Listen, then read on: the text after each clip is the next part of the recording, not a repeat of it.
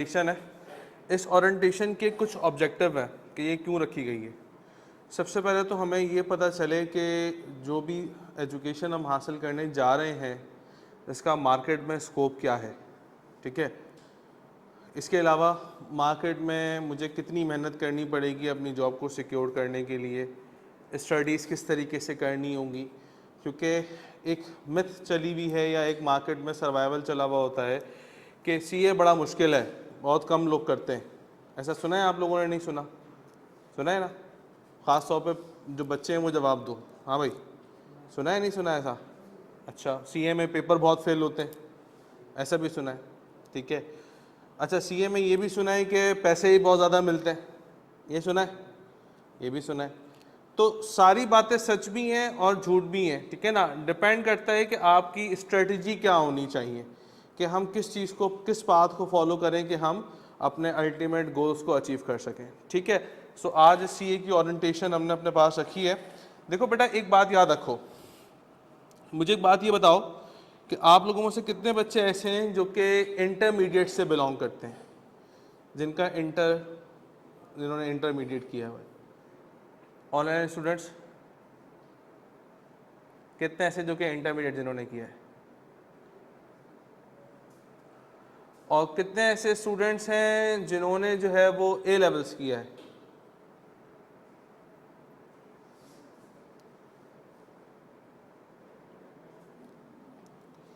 Okay, देखो बेटा, A levels हो या इंटरमीडिएट हो, करंटली सीए में ये बेसिक रूट है एडमिशन लेने का, ठीक है। इससे पहले वाले बच्चे नहीं आ सकते, ग्रेजुएशन वाले भी आ सकते हैं, मास्टर्स वाले भी आ सकते हैं। मिनिमम या तो ए लेवल्स किया हो या तो आपने इंटरमीडिएट किया हो, ठीक है ना। अच्छा, अगर इंटरमीडिएट आपने किया हुआ है या ए लेवल्स किया हुआ है तो अब आपके पास कौन से रूट्स होते हैं फर्दर एजुकेशन हासिल करने के, ठीक है ना। सो अगर हम उसके ऊपर बात करते हैं, so we have two options.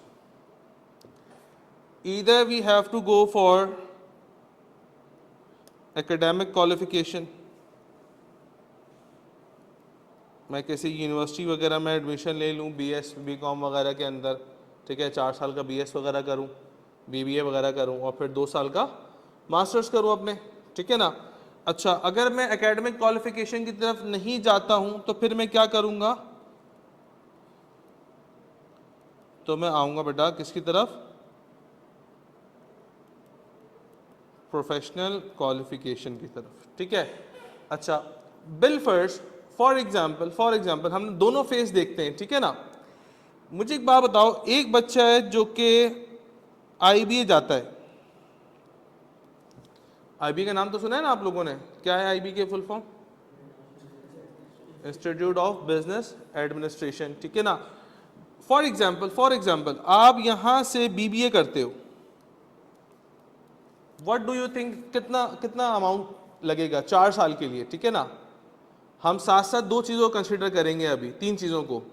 एक, टाइम पीरियड कितना लग रहा है, दूसरा हमारा पैसा कितना लग रहा है, और तीसरा वो करने के बाद, टाइम पीरियड और पैसा लगाने के बाद मुझे कितना पैसा मिलेगा, ठीक है ना। हम तीनों चीज़ों को 3 फैक्टर्स को कंसिडर करने बैठे हैं यहाँ पर, ठीक है। मुझे बताएं बीबीए कितने साल का है? 4 इयर्स का है, ठीक है। आईबीए से अगर कोई बच्चा बीबीए करता है तो कितनी कॉस्ट उसकी लगेगी, इन्वेस्टमेंट कितनी लगेगी उसकी? कोई रफली आइडिया है किसी को? नहीं है तो मैं बता देता हूं, अराउंड कितने 4 मिलियन का मतलब है कितने लाख रुपए लगे बेटा? 40 लाख रुपए लगे। कितने लाख रुपए लगे? 40 लाख रुपए लगे, ठीक है। समझ में आ रहा है ना भाई? अच्छा, ठीक है। बीबीए करने के बाद मैं एमबीए करूंगा, 2 साल उसमें भी लगाऊंगा, ओके।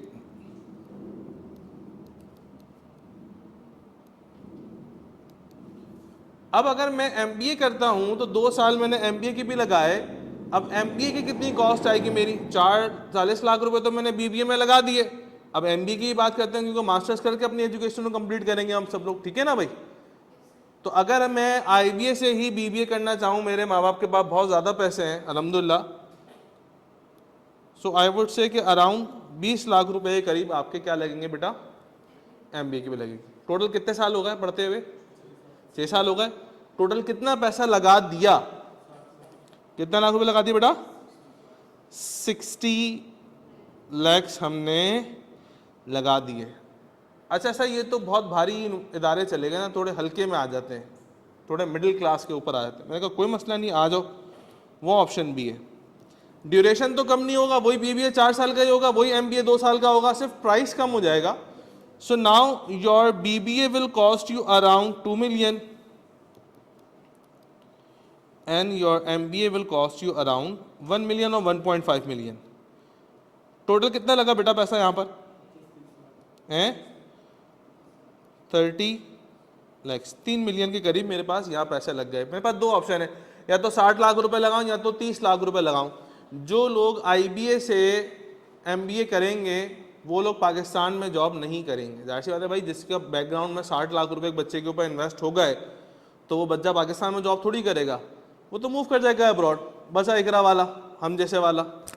अब भाई अब मैंने इकरा से कर लिया है MBA भी, व्हाट डू यू थिंक कि मेरी मार्केट कॉम्पिटिटिव सैलरी क्या होगी?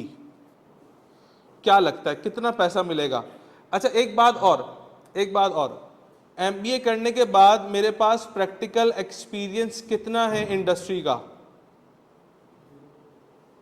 कई काम मैंने किया है, कई सर्विसेज मैंने दी है भाई? कोई एक्सपीरियंस है किसी कंपनी का मेरे पास? नहीं, मैं फ्रेशली क्वालिफाइड हूँ। क्या हूँ?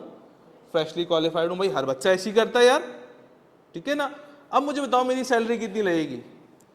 सबसे पहली चीज, अगर 100 एडवर्टाइजमेंट आती है ना जॉब्स की कि हम MBA रिक्रूट कर रहे हैं, तो उनमें से मिनिमम आपको जो भी आपको एक्सपीरियंस चाहिए होता है वो एटलीस्ट 2 years मेंशन होता है। कितना साल होता है? अब मुझे एक बात बताओ बेटा, तुम्हारा क्या नाम है?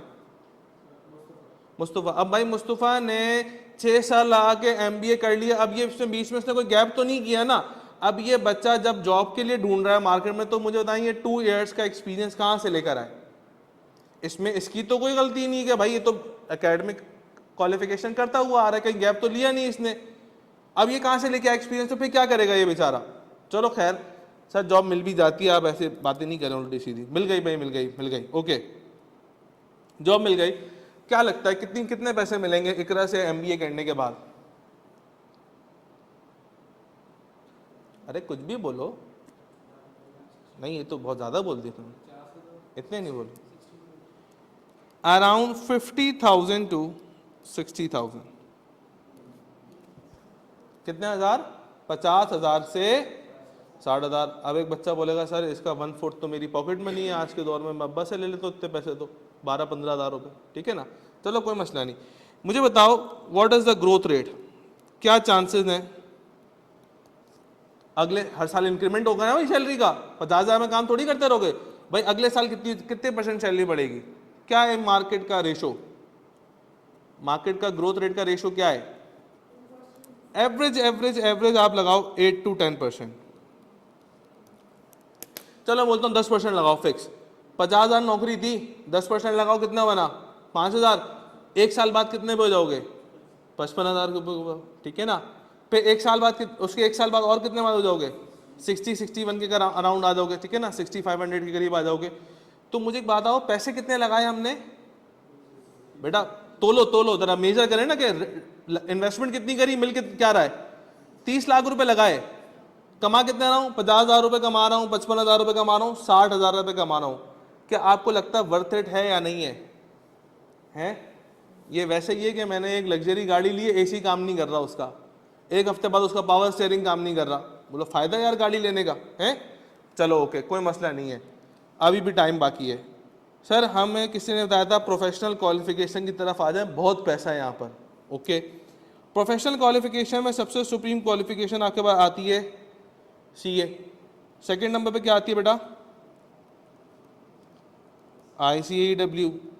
तीसरे नंबर पे क्या आती है बेटा? ACCA। चौथे नंबर पे क्या आती है बेटा? CFA। पांचवें नंबर पे क्या आती है बेटा? CMA। छठे नंबर के ऊपर क्या आती है? CIA एंड बहुत सारी क्वालिफिकेशंस आती हैं, ठीक है ना, बहुत सारी हैं। हम बात करने बैठे हैं CA के मुकाबले में। याद है ना 30 लाख रुपए लगाए थे, 50,000 रुपए कमाया था, 6 साल भी लगाए थे, ठीक है, इस चीज को मत भूलिएगा, ठीक है ना। आ जाओ CA के ऊपर। सर टोटल CA की ड्यूरेशन कितनी है? 5.5 ईयर्स। वहां कितने साल लगे थे? यहाँ कितने साल लग रहे हैं?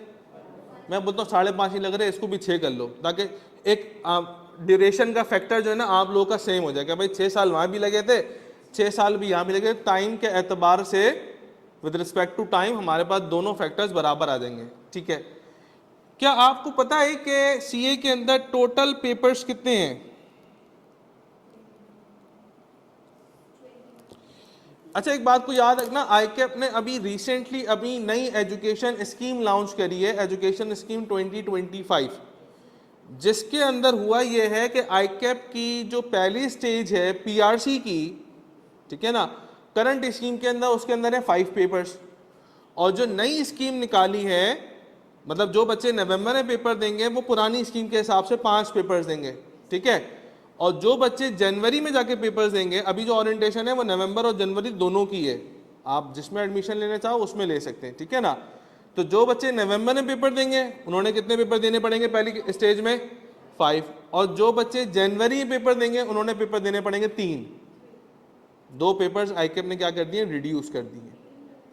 एक पेपर्स को एलिमिनेट कर दिया उसने, इंग्लिश वाला पेपर जो था उसने आईकेप ने एलिमिनेट कर दिया उसको, और इकोनॉमिक्स और बिजनेस वाला पेपर जो है उसने मर्ज करके एज अ सिंगल पेपर बना दिया, ठीक है। अच्छा सही है भाई। तो total papers as per new education scheme, ठीक है ना, मैं यहाँ मेंशन कर देता हूँ, न्यू एजुकेशन स्कीम कितने पेपर्स हैं बेटा? 18 पेपर्स हैं। आपको पता है BBA और MBA में कितने पेपर्स होंगे? BBA और MBA मिला के कितने पेपर्स होंगे? होंगे कोई 50-55 के करीब। कितने कितने कोर्सेज होंगे? फजूल के, मतलब रिसेंटली मेरे भाई ने मास कम्युनिकेशन का पेपर दिया, ठीक है ना, BBA का, और लिटरली उसके पेपर्स में क्या सवाल थे, आप चेक करें क्वालिफिकेशन का क्राइटेरिया। यहाँ आपको सिखाया जा रहा होगा बेटा ऑडिट कैसे होता है, टैक्स कैसे होता है, अकाउंटिंग कैसे होती है, मेन चीज सिखाई जा रही है। वहां BBA बंदा कर रहा है और BBA में यह सिखाया जा रहा है उसके पास कि पहली कौन सी हिंदी मूवी थी जो कि पाकिस्तान ने कॉपी करी। ये MCQ है भाई, ये मैं मजाक नहीं कर रहा मैं, कि पहली कौन सी ऐसी मूवी थी जो पाकिस्तान ने उसका रेप्लिका बनाया। अरे पाकिस्तान ने जो फर्स्ट मूवी बनाई वो कौन सी लैंग्वेज के अंदर थी। अरे भाई मेरा क्या कंसर्न है इस बात से। एशिया के 4 टॉप के सिंगर्स बताएं। अबे भाई अल्लाह का वास्ता है भाई, मैं BBA करने आया हूँ, मेरे को क्या पढ़ा रहे हो तुम? आ रही मेरी बात समझ में? तो क्वालिफिकेशन का क्राइटेरिया आप चेक करो। जब ये बंदा करेगा तो फिर क्या करेगा मार्केट में? जब ये ऐसा अच्छा बेरोजगार घूम रहे लोग, सही घूम रहे हैं फिर तो वो। खैर, तो बेटा 18 पेपर्स हो गए, पर पेपर कितने हजार रुपए का आपको पड़ेगा? कैलकुलेटर्स हैं आप लोगों के पास? हाँ सर, ये 1-1 लाख रुपए का फ़ोन दिलाया माँ बाप ने, इसमें कैलकुलेटर का ऑप्शन भी है। खोलो, शाबाश शाबाश सर, अपने पास कैलकुलेटर निकाल लीजिए प्लीज़। तो 18 पेपर्स हैं। पर पेपर मेरे प्यारे बच्चों आपको जो ट्यूशन फीस आपकी है दैट इज 20,000। कितनी है? अच्छा ऑनलाइन में बच्चा कह रहा है वॉइस नहीं आ रही, प्लीज चेक कर लें। बाकी स्टूडेंट्स आवाज आ रही है ना सबको क्लियर? वॉइस सबको तो आ रही है। ये Vivo 2058 को नहीं आ रही मेरे ख्याल में। आप अपना मोबाइल का वॉल्यूम वगैरह खोलें, आ जाएगी। बेटा कितना बनता है? कितना? 3,60,000। बेटा ऐसे ही आपके कैलकुलेटर में भी सेम आंसर आ रहा है, ठीक हो गया। ट्यूशन फीस का मतलब क्या है कि जब आप STT सॉल्यूशन में आओगे तो टोटल 18 पेपर्स कितने हजार रुपए के पड़ेंगे आपको?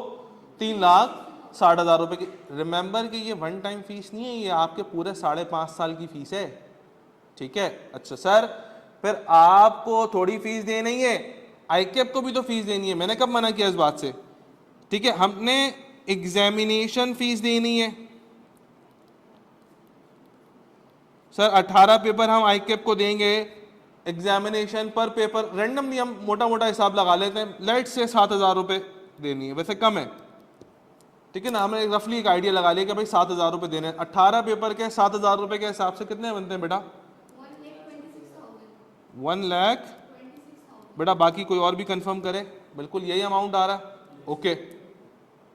सर फिर हम जब पीआरसी के अंदर आएंगे, so we have to pay registration fee to I cap.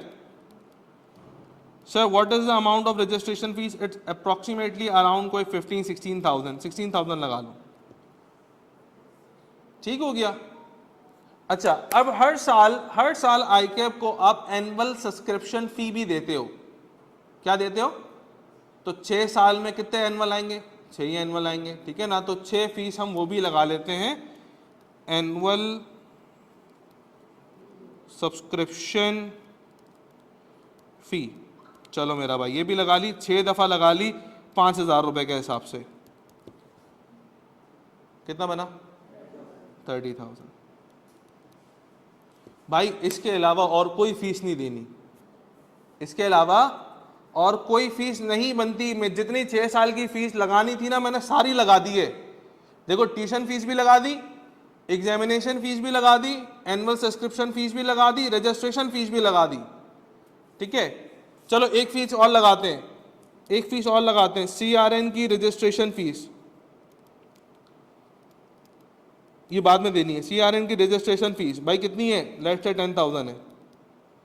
बेटा कोई मुझे बताएगा टोटल इन्वेस्टमेंट कितनी आ रही है?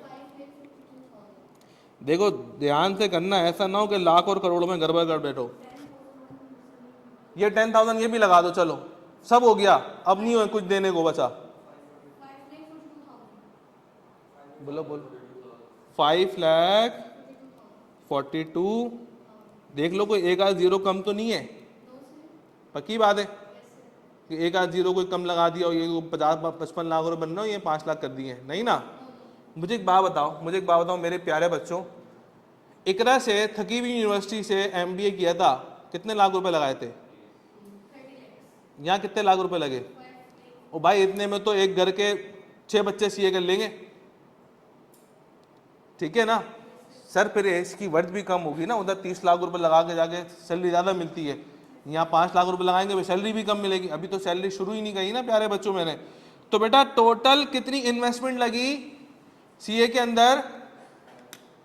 अच्छा एक काम करें, इसको राउंड ऑफ करके 6 लाख कर लें, वैसे होनी नहीं है 6 लाख, लेकिन एक रफली एक फिगर रख लेते हैं कि भाई 6 लाख रुपए लगे, जैसे 30 लाख रुपए लग रहे हैं या 60 लाख रुपए लग रहे हैं, वैसे ही हमारे पास कितने लाख रुपए लगे बेटा? 6 लाख रुपए लग गए। ओके ओके, अब व्हाट नेक्स्ट? देखो एक बात याद रखना, जब एक बंदा क्वालिफाइड चार्टर्ड अकाउंटेंट होता है तो वो फ्रेश नहीं होता, पता है क्यों? वो यूं कि आपकी जो पहली स्टेज है PRC की, उसके अंदर नई स्कीम में होगा कितने पेपर्स? नई स्कीम में PRC के अंदर फर्स्ट स्टेज के अंदर होगा 3 पेपर्स, ठीक है ना। ओके, लेट से हमने इसका पीरियड काउंट किया कितने मंथ्स का? 6 मंथ्स का, ठीक है, 5.5 साल पूरे करने। रिमेंबर 6 महीने का हमने पीरियड काउंट किया, किसका? PRC का, 3 पेपर्स दिए। Now we have a second stage of CAF. CAF में हमारे पास कितने पेपर्स हैं प्यारे बच्चों?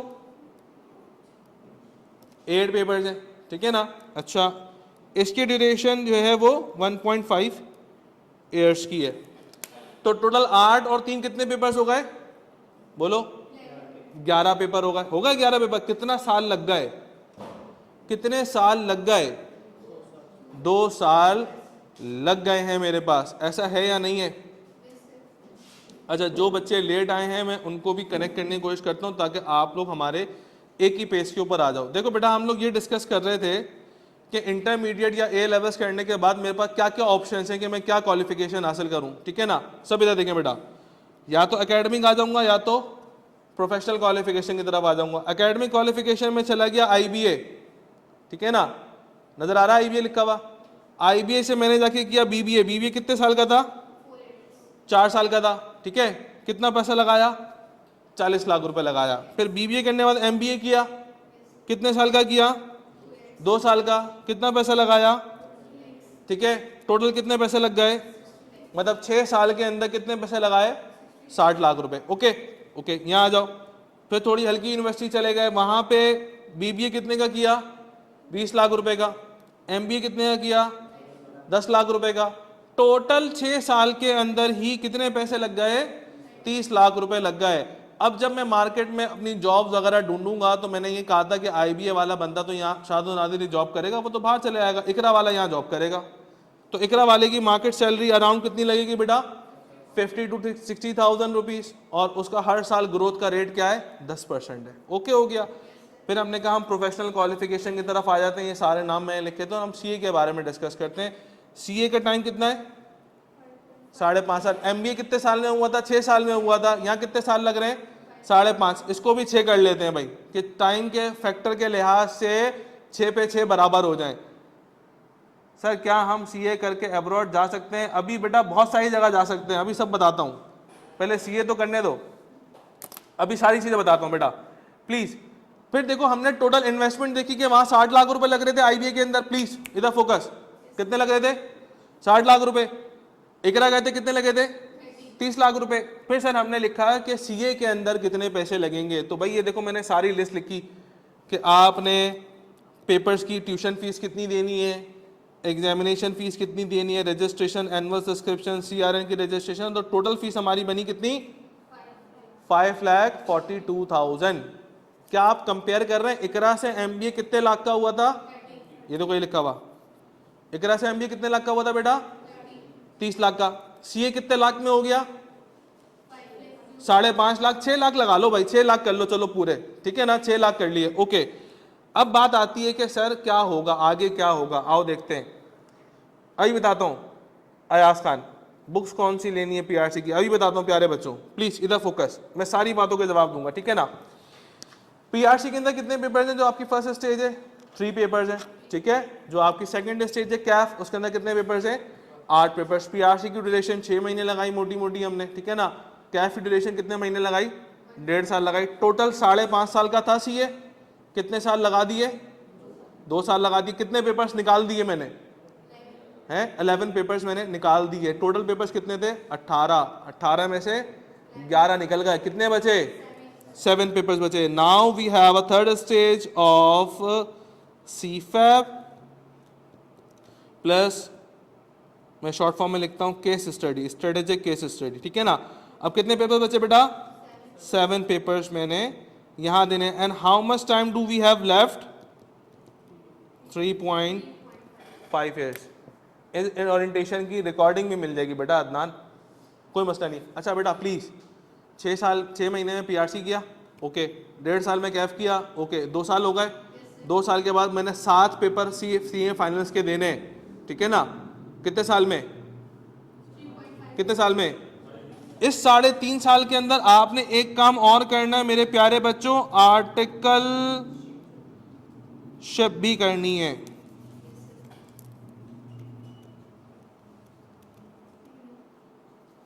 क्या करनी है, आर्टिकल शिप भी करनी है। आ जाए प्लीज। कौन बच्चा ऐसा है जिसको ये नहीं पता, बॉयज आप लोग आगे आ जाओ।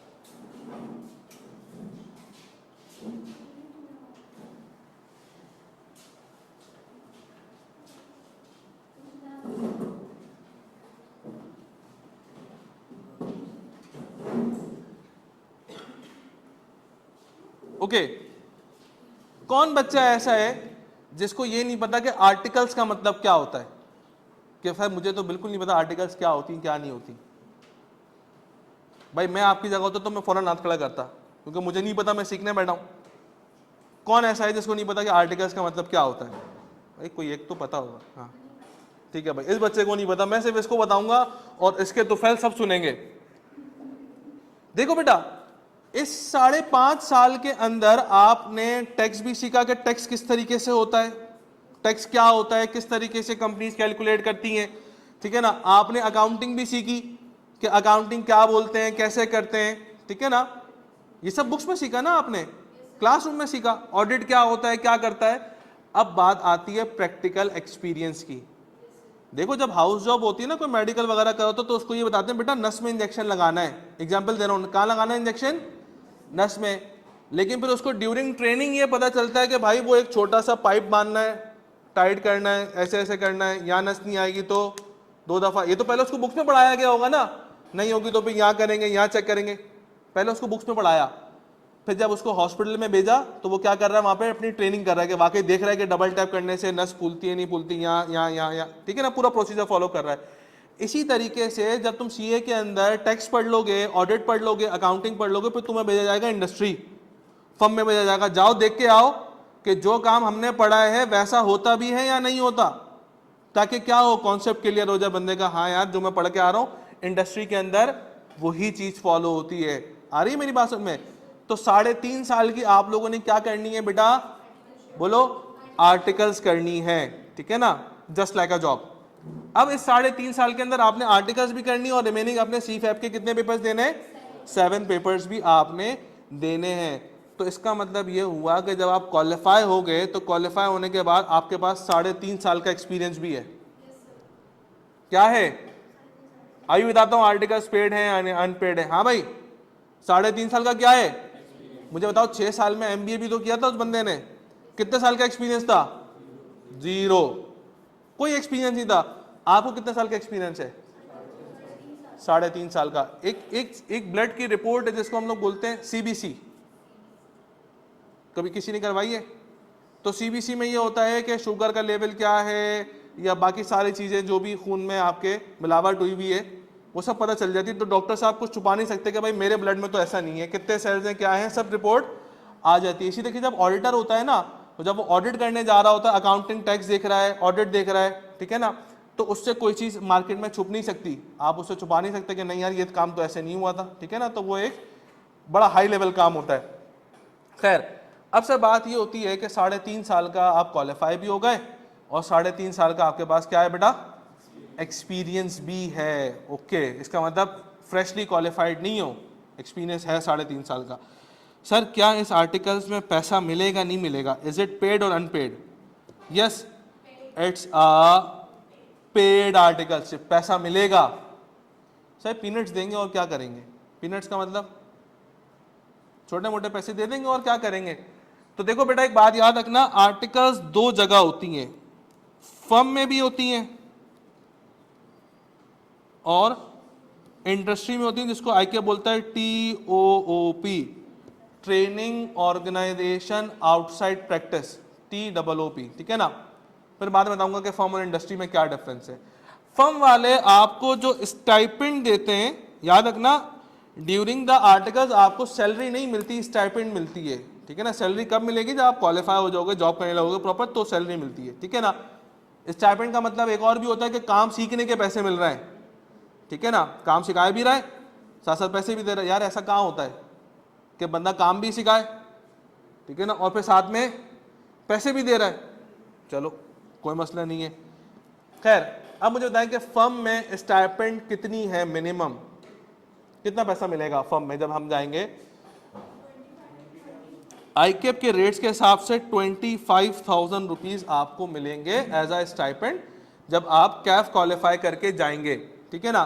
फिर कंडीशन है कि 3 पेपर निकल जाएंगे तो स्टाइपेंड बढ़ के 30,000 35,000 हो जाएगी, फिर 2 पेपर और निकाल लोगे तो स्टाइपेंड और बढ़ जाएगी, फिर 2 पेपर और निकाल लोगे तो ये इंक्रीज है। हम मिनिमम ग्राउंड पे बात करते हैं ना, 25,000 मिल रहे हैं।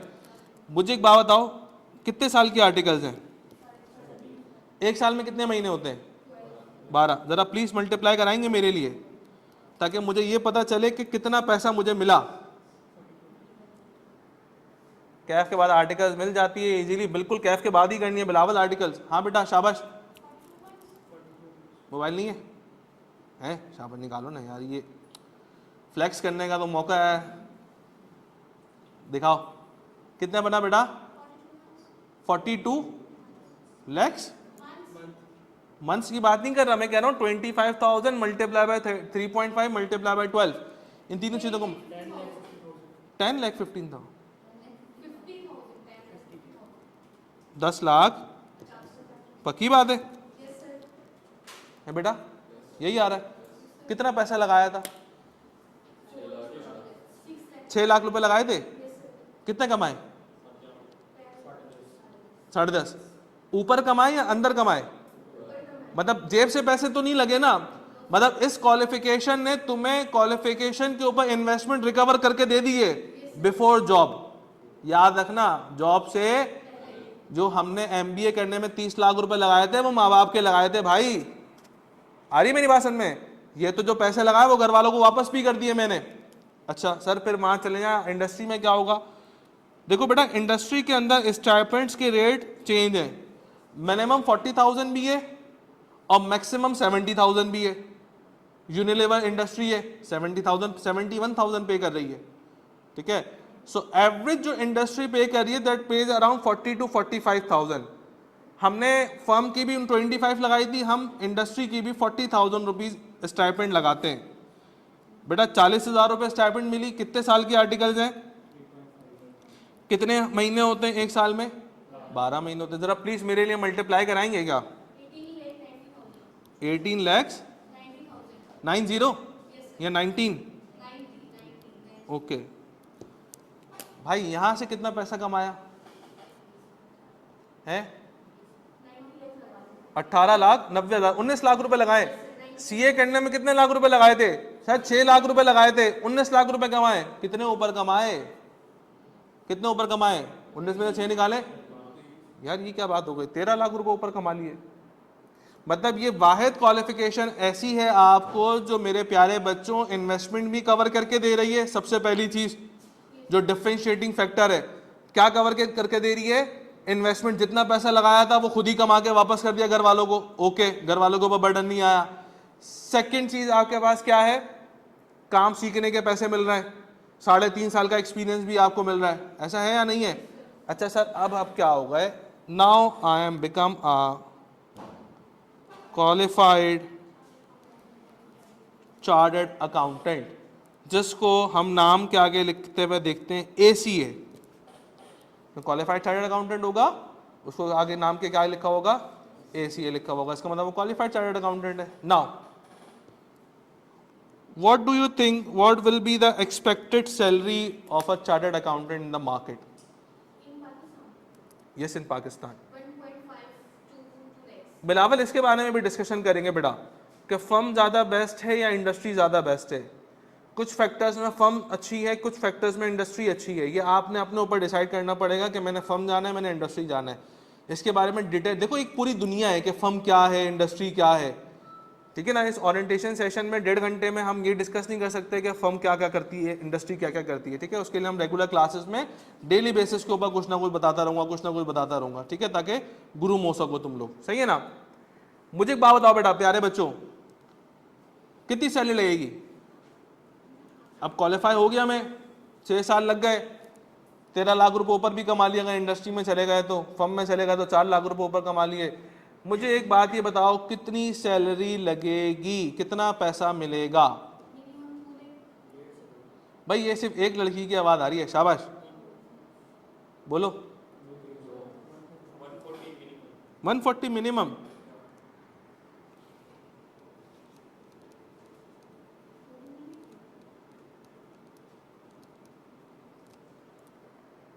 क्या लिखा?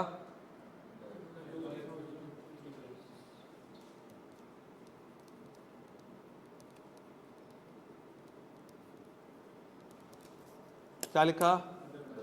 अदर बेनिफिट्स का मतलब है गाड़ी वाड़ी, फ्यूल व्यूल, मेडिकल वगैरह, ये सब तो ऐसी फालतू चीजें ना, ऐसी दे देंगे, चलो ये भी ले लो, ये भी ले लो, ये भी ले लो। पैसा कितना दे रहा है? पैसा पैसा देखेंगे। हाँ भाई, कितने मिले? 2.5 लाख मिले, 3 लाख रुपए मिले। मुझे एक बात बताओ यार, अगर किसी बंदे ने वो ऊपर 30 लाख रुपए लगा के एमबीए किया था और 50,000 रुपए कमा रहा था, कितने साल बाद वो 2.5 लाख रुपए पे आएगा? वो भाई जब रिटायरमेंट का वक्त आएगा ना, वो 2.5 लाख रुपए के ऊपर आ रहा होगा। आ रही मेरी भाषण में? टाइम दोनों ने सेम लगाया, पैसा उसने बहुत लगाया, इसने कुछ भी नहीं लगाया। एक्सपीरियंस उसके बाद कुछ भी नहीं है, इसके बाद 3.5 साल का एक्सपीरियंस है, ठीक है ना। पैसा ऊपर भी कमाया इसने, इन्वेस्टमेंट भी रिकवर कर ली, और तब भी सैलरी कितनी लगी भाई? 2.5 लाख रुपए लग गई सैलरी। मिनिमम भी बात करी तो आपने, सर ऐसी फेंक रहे हैं आप, बेवकूफ़ बना रहे हैं हमें। आओ मैं कुछ दिखाना चाहता हूँ। ये मेरी व्हाट्सएप की चैट है, ठीक है ना। चैट नहीं दिखा रहा आपको, एडवर्टाइजमेंट दिखा रहा हूँ, ठीक है। तो ये एक ग्रुप है फाइनेंस एंड ऑडिट करियर्स का, बहुत सारे चार्टर्ड अकाउंटेंट्स और ACCA क्वालिफाइड, ICAW क्वालिफाइड, बहुत सारे लोग इसके ऊपर हैं। तो जो भी एडवर्टाइजमेंट आ रही होती है तो इसमें पोस्टिंग हो रही होती है, ठीक है ना। पढ़ना सबको आता है ना भाई? ओके, प्लीज ये आप पढ़ेंगे, ये स्टार्ट कहाँ से हो रहा है, क्या लिखा हुआ है? मैं स्केल बता रहा हूँ, स्केल बताना चाह रहा हूँ। प्लीज कोई एक लड़का जो लाउड आवाज में रीड कर सके, कोई भी नाम जहाँ, भाई चलो शाबाश। Group CFO required for a group of companies. Location: Dubai. Role: Head of Accounts, Finance and Audit Department. Responsibilities: Group level. Reporting, consolidation, expertise, IFRS, corporate tax, VAT compliance. Qualifications: CPA, ICAEW, CA. बस बस बस बस बेटा, qualification वाला line दोबारा पढ़ो। CPA, ICAEW and CA. क्या कह रहे, देखो एक चीज तो आई ना हमारी वाली जिसके बारे में हम डिस्कशन कर रहे हैं, क्या चीज आई? क्या आई? CA आ गया। अब देखो CA के नीचे लिखा हुआ है उसका पैसा कितना मिलेगा। देखो सारी बात किसकी है? पैसे की। पैसा देख के काम करेंगे हम, पैसे के बगैर काम नहीं करेंगे जी मेरे प्यारे बच्चों। पैसा कितना मिलेगा, क्या लिखा हुआ है?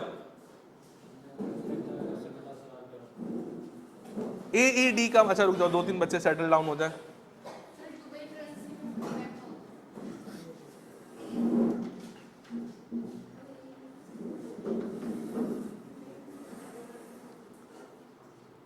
Done, okay. सो मुझे एक बात बताएं, AED का मतलब है दुबई की करेंसी है, ठीक है ना, दुबई बेस्ड जॉब है ये। जाहिर सी बात है हम पाकिस्तान में जॉब थोड़ी करेंगे, जब क्वालिफिकेशन हासिल कर लिए बाहर चले जाएंगे हम भी। सो मुझे एक बात ये बताओ बेटा, AED दुबई की करेंसी के अंदर कितने कितने लिखे हुए? 45,000 टू, देखो हमने हर जगह ना लीस्ट क्राइटेरिया लिखा था, हम हर जगह लीस्ट लेके चल रहे थे, ठीक है ना। आज दुबई की करेंसी कोई अराउंड 78 रुपीज के करीब है। अगर किसी का इंटरनेट चल रहा है तो कोई मुझे कंफर्म करेगा कि कितना चल रहा है दुबई और PKR का रेशो? 1 दिरहम कितना चल रहा है? किसी के पास चल रहा है इंटरनेट? 75.5, दैट मीन 76 कर लो, या चलो 75 कर लो। 75 रुपीज का 1 दिरहम है, ओके। कितने दिरहम मिल रहा है? 45,000। 45,000 को मल्टीप्लाई कराओ जरा 75 से। 75 रुपीज को प्लीज बेटा मल्टीप्लाई करवाइएगा 34 लाख प्लस मिल रहे। कितने कितने लाख रुपए? नहीं मैं सुन नहीं पा रहा हूं यार, ये तुम लोग झूठ बोल रहे हो।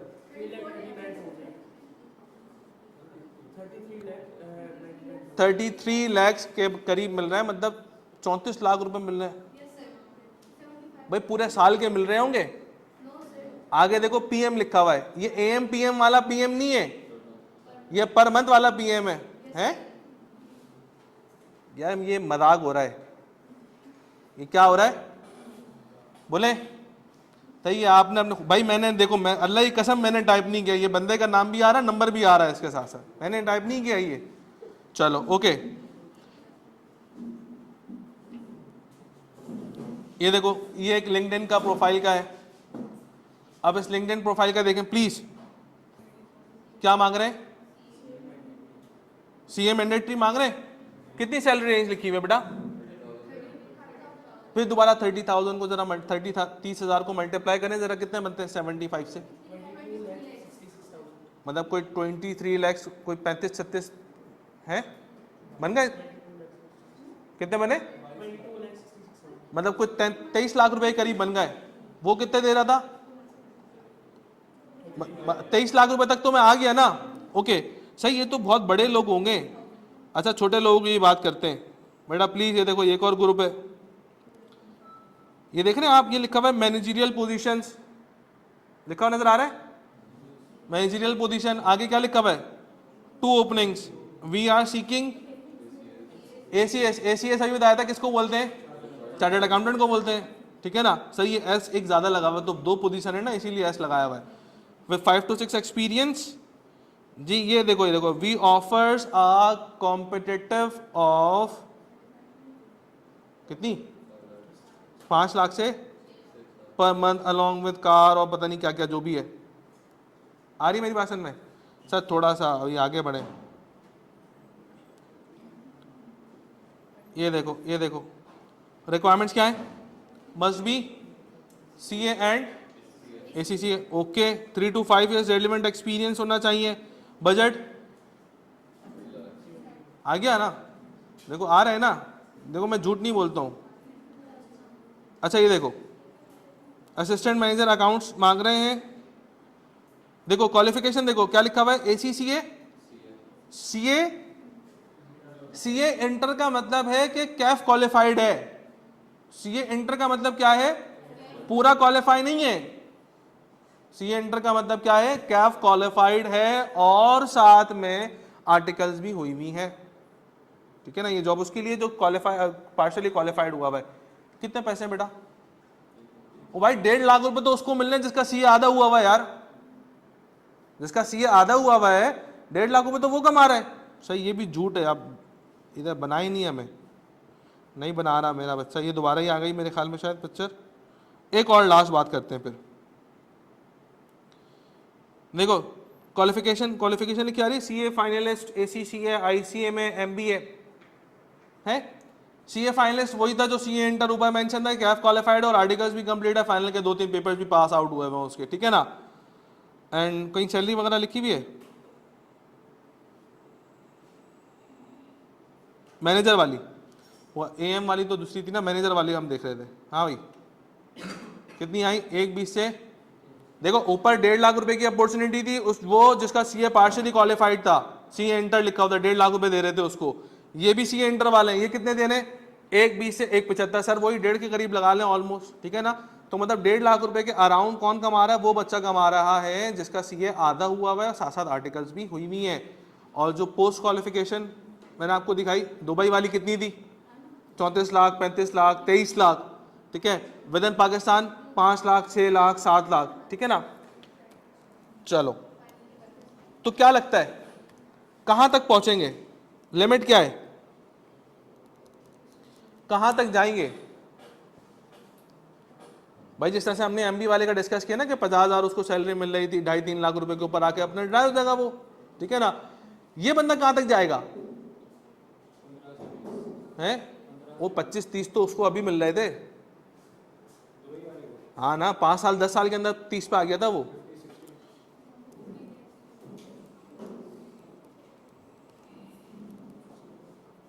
क्या लिखा? कोई लिमिट नहीं है। क्या है?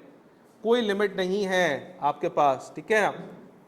कॉर्पोरेट लॉ के हिसाब से, कंपनी लॉ के हिसाब से एक बंदा 7 कंपनीज के अंदर इंडिपेंडेंट डायरेक्टर लग सकता है। कौन होता है director? CFO, company secretary, CEOs कौन होते हैं भाई? यही लोग तो होते हैं, और कौन होते हैं, ठीक है ना।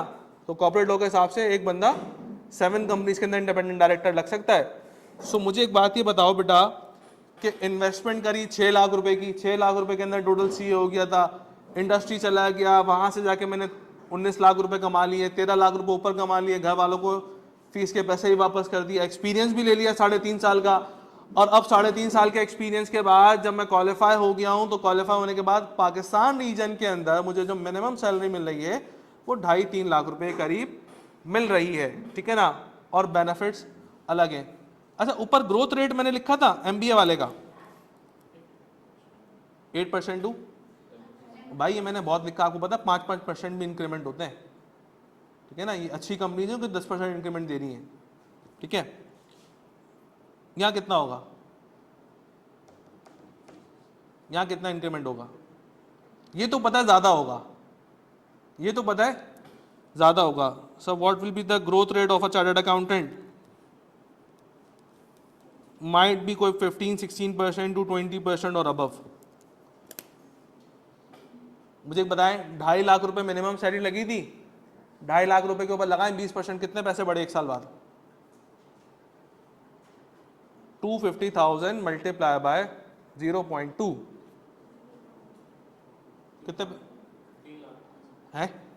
नहीं ना, 250,000 2,50,000 मतलब 25 और 4 0 मल्टीप्लाई बाय 0.2 कितने बढ़े बेटा? भाई 50,000 रुपये तो एक बंदे की सैलरी होती है जो उसका इंक्रीमेंट लग गया, इतने में तो एक MBA वाला हायर कर लेंगे। आ रही मेरी बात सुन में?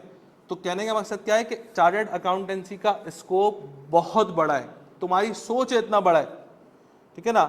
हमारे पास एक टीचर हैं जिनका नाम है सर हसन मारफानी, मेरे साथ अकाउंटिंग भी पढ़ाएंगे वो, और भी बहुत सारे सब्जेक्ट्स पढ़ाएंगे, ठीक है ना। पासिंग रेशो भी डिस्कस करते हैं बेटा प्लीज। सर हसन मारफानी क्वालिफाइड हुआ इन 2015, 2015 में क्वालिफाई हो गए, ठीक है ना। अच्छा, मेरी इनसे मुलाकात हुई 2018 में, कितने साल हो गए क्वालिफाई हुए में? कुछ भी नहीं है, 3 साल तो भाई, 3 साल कुछ भी नहीं है। तो जब मैं इनसे 2018 में मिला था, so he was the CFO along with the company secretary in bank Islami. सिर्फ 3 साल के अंदर वो बंदा क्या था? CFO भी था और साथ साथ कंपनी सेक्रेटरी भी था। पर्सनल सेक्रेटरी की बात नहीं कर रहा मैं, कंपनी सेक्रेटरी की बात कर रहा हूं, ओके। फिर सब अभी क्या है, 2025 चल रहा है। So he is serving as a, क्या लिखा बेटा? SVP मतलब सीनियर वाइस प्रेसिडेंट, ठीक है ना, in the bank Islami. Salary नहीं बताऊंगा, अच्छी बात नहीं है सैलरी डिस्कस करना, आईडी आप लगा सकते हो, अभी ऊपर बहुत सारी सैलरीज में बता के आ रहा हूं आप लोग को, ठीक है ना। अच्छा, ठीक हो गया भाई। एक चीज और है, एक ऑयल की कंपनी है, मैं एक हिंट देता हूं, एक ऑयल की कंपनी है जिस नाम का बैंक भी है, एक हिंट है, एक ऑयल की कंपनी है और उसी सिमिलर नाम का बैंक भी है।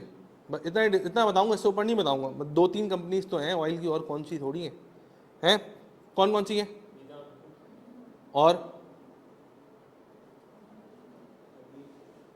और मुझे भी वैसे 2 ही पता है, मिजान और हबीब। एनीवेज, सो उनमें एक बैंक में एक बंदा है जो कि CFO है, एंड कितनी सैलरी होगी इसकी?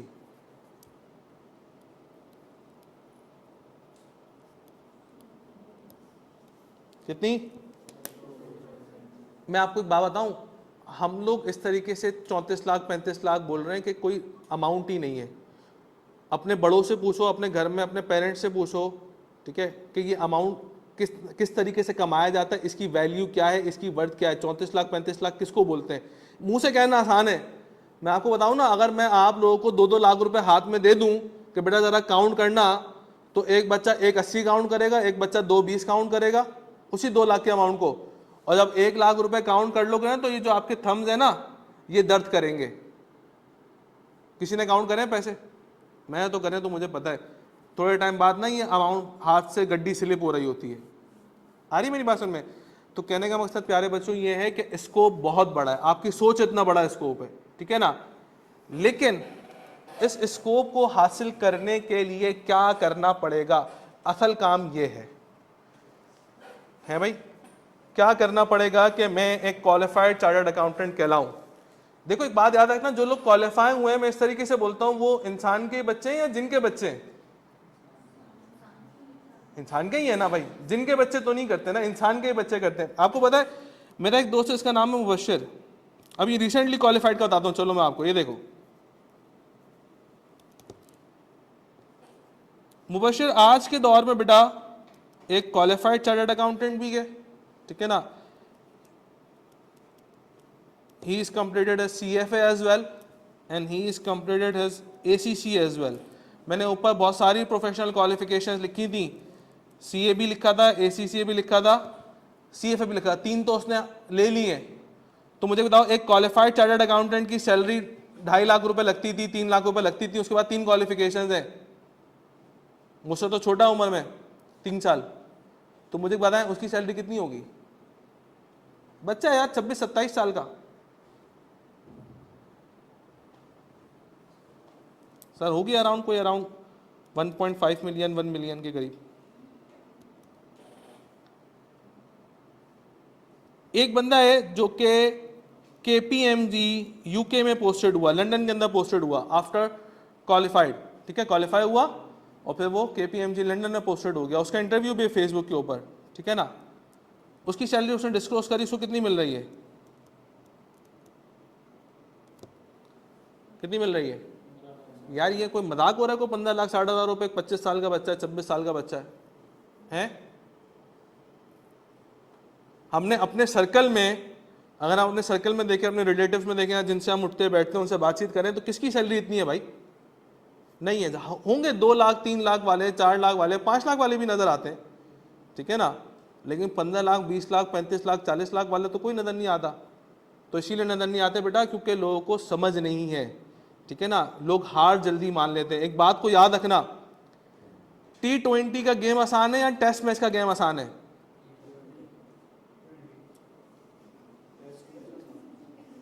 सर टेस्ट मैच हम देखना ही पसंद नहीं करते, हमें क्या पता टेस्ट मैच का। भाई टेस्ट मैच ज्यादा आसान है, वो टेस्ट में ज्यादा मुश्किल है। क्यों? बैट्समैन को पूरा दिन बैटिंग करनी है। T20 में तो 2-3 शॉट इधर उधर उड़ाए, 40-50 रन बनाए, चल मेरा भाई पवेलियन वापस 20-25 मिनट के अंदर। वहां तो पूरा पूरा दिन बैटिंग करनी है। जब पूरा दिन बैटिंग करनी होगी तो पता चलेगा भाई कि बैट का वजन क्या है, कि मैं रनिंग कर रहा हूँ 4 घंटे होगा भागते हुए, तब पता चलता है स्टेमिना क्या है, कि बंदा प्लेयर कौन सा है टेस्ट मैच के अंदर।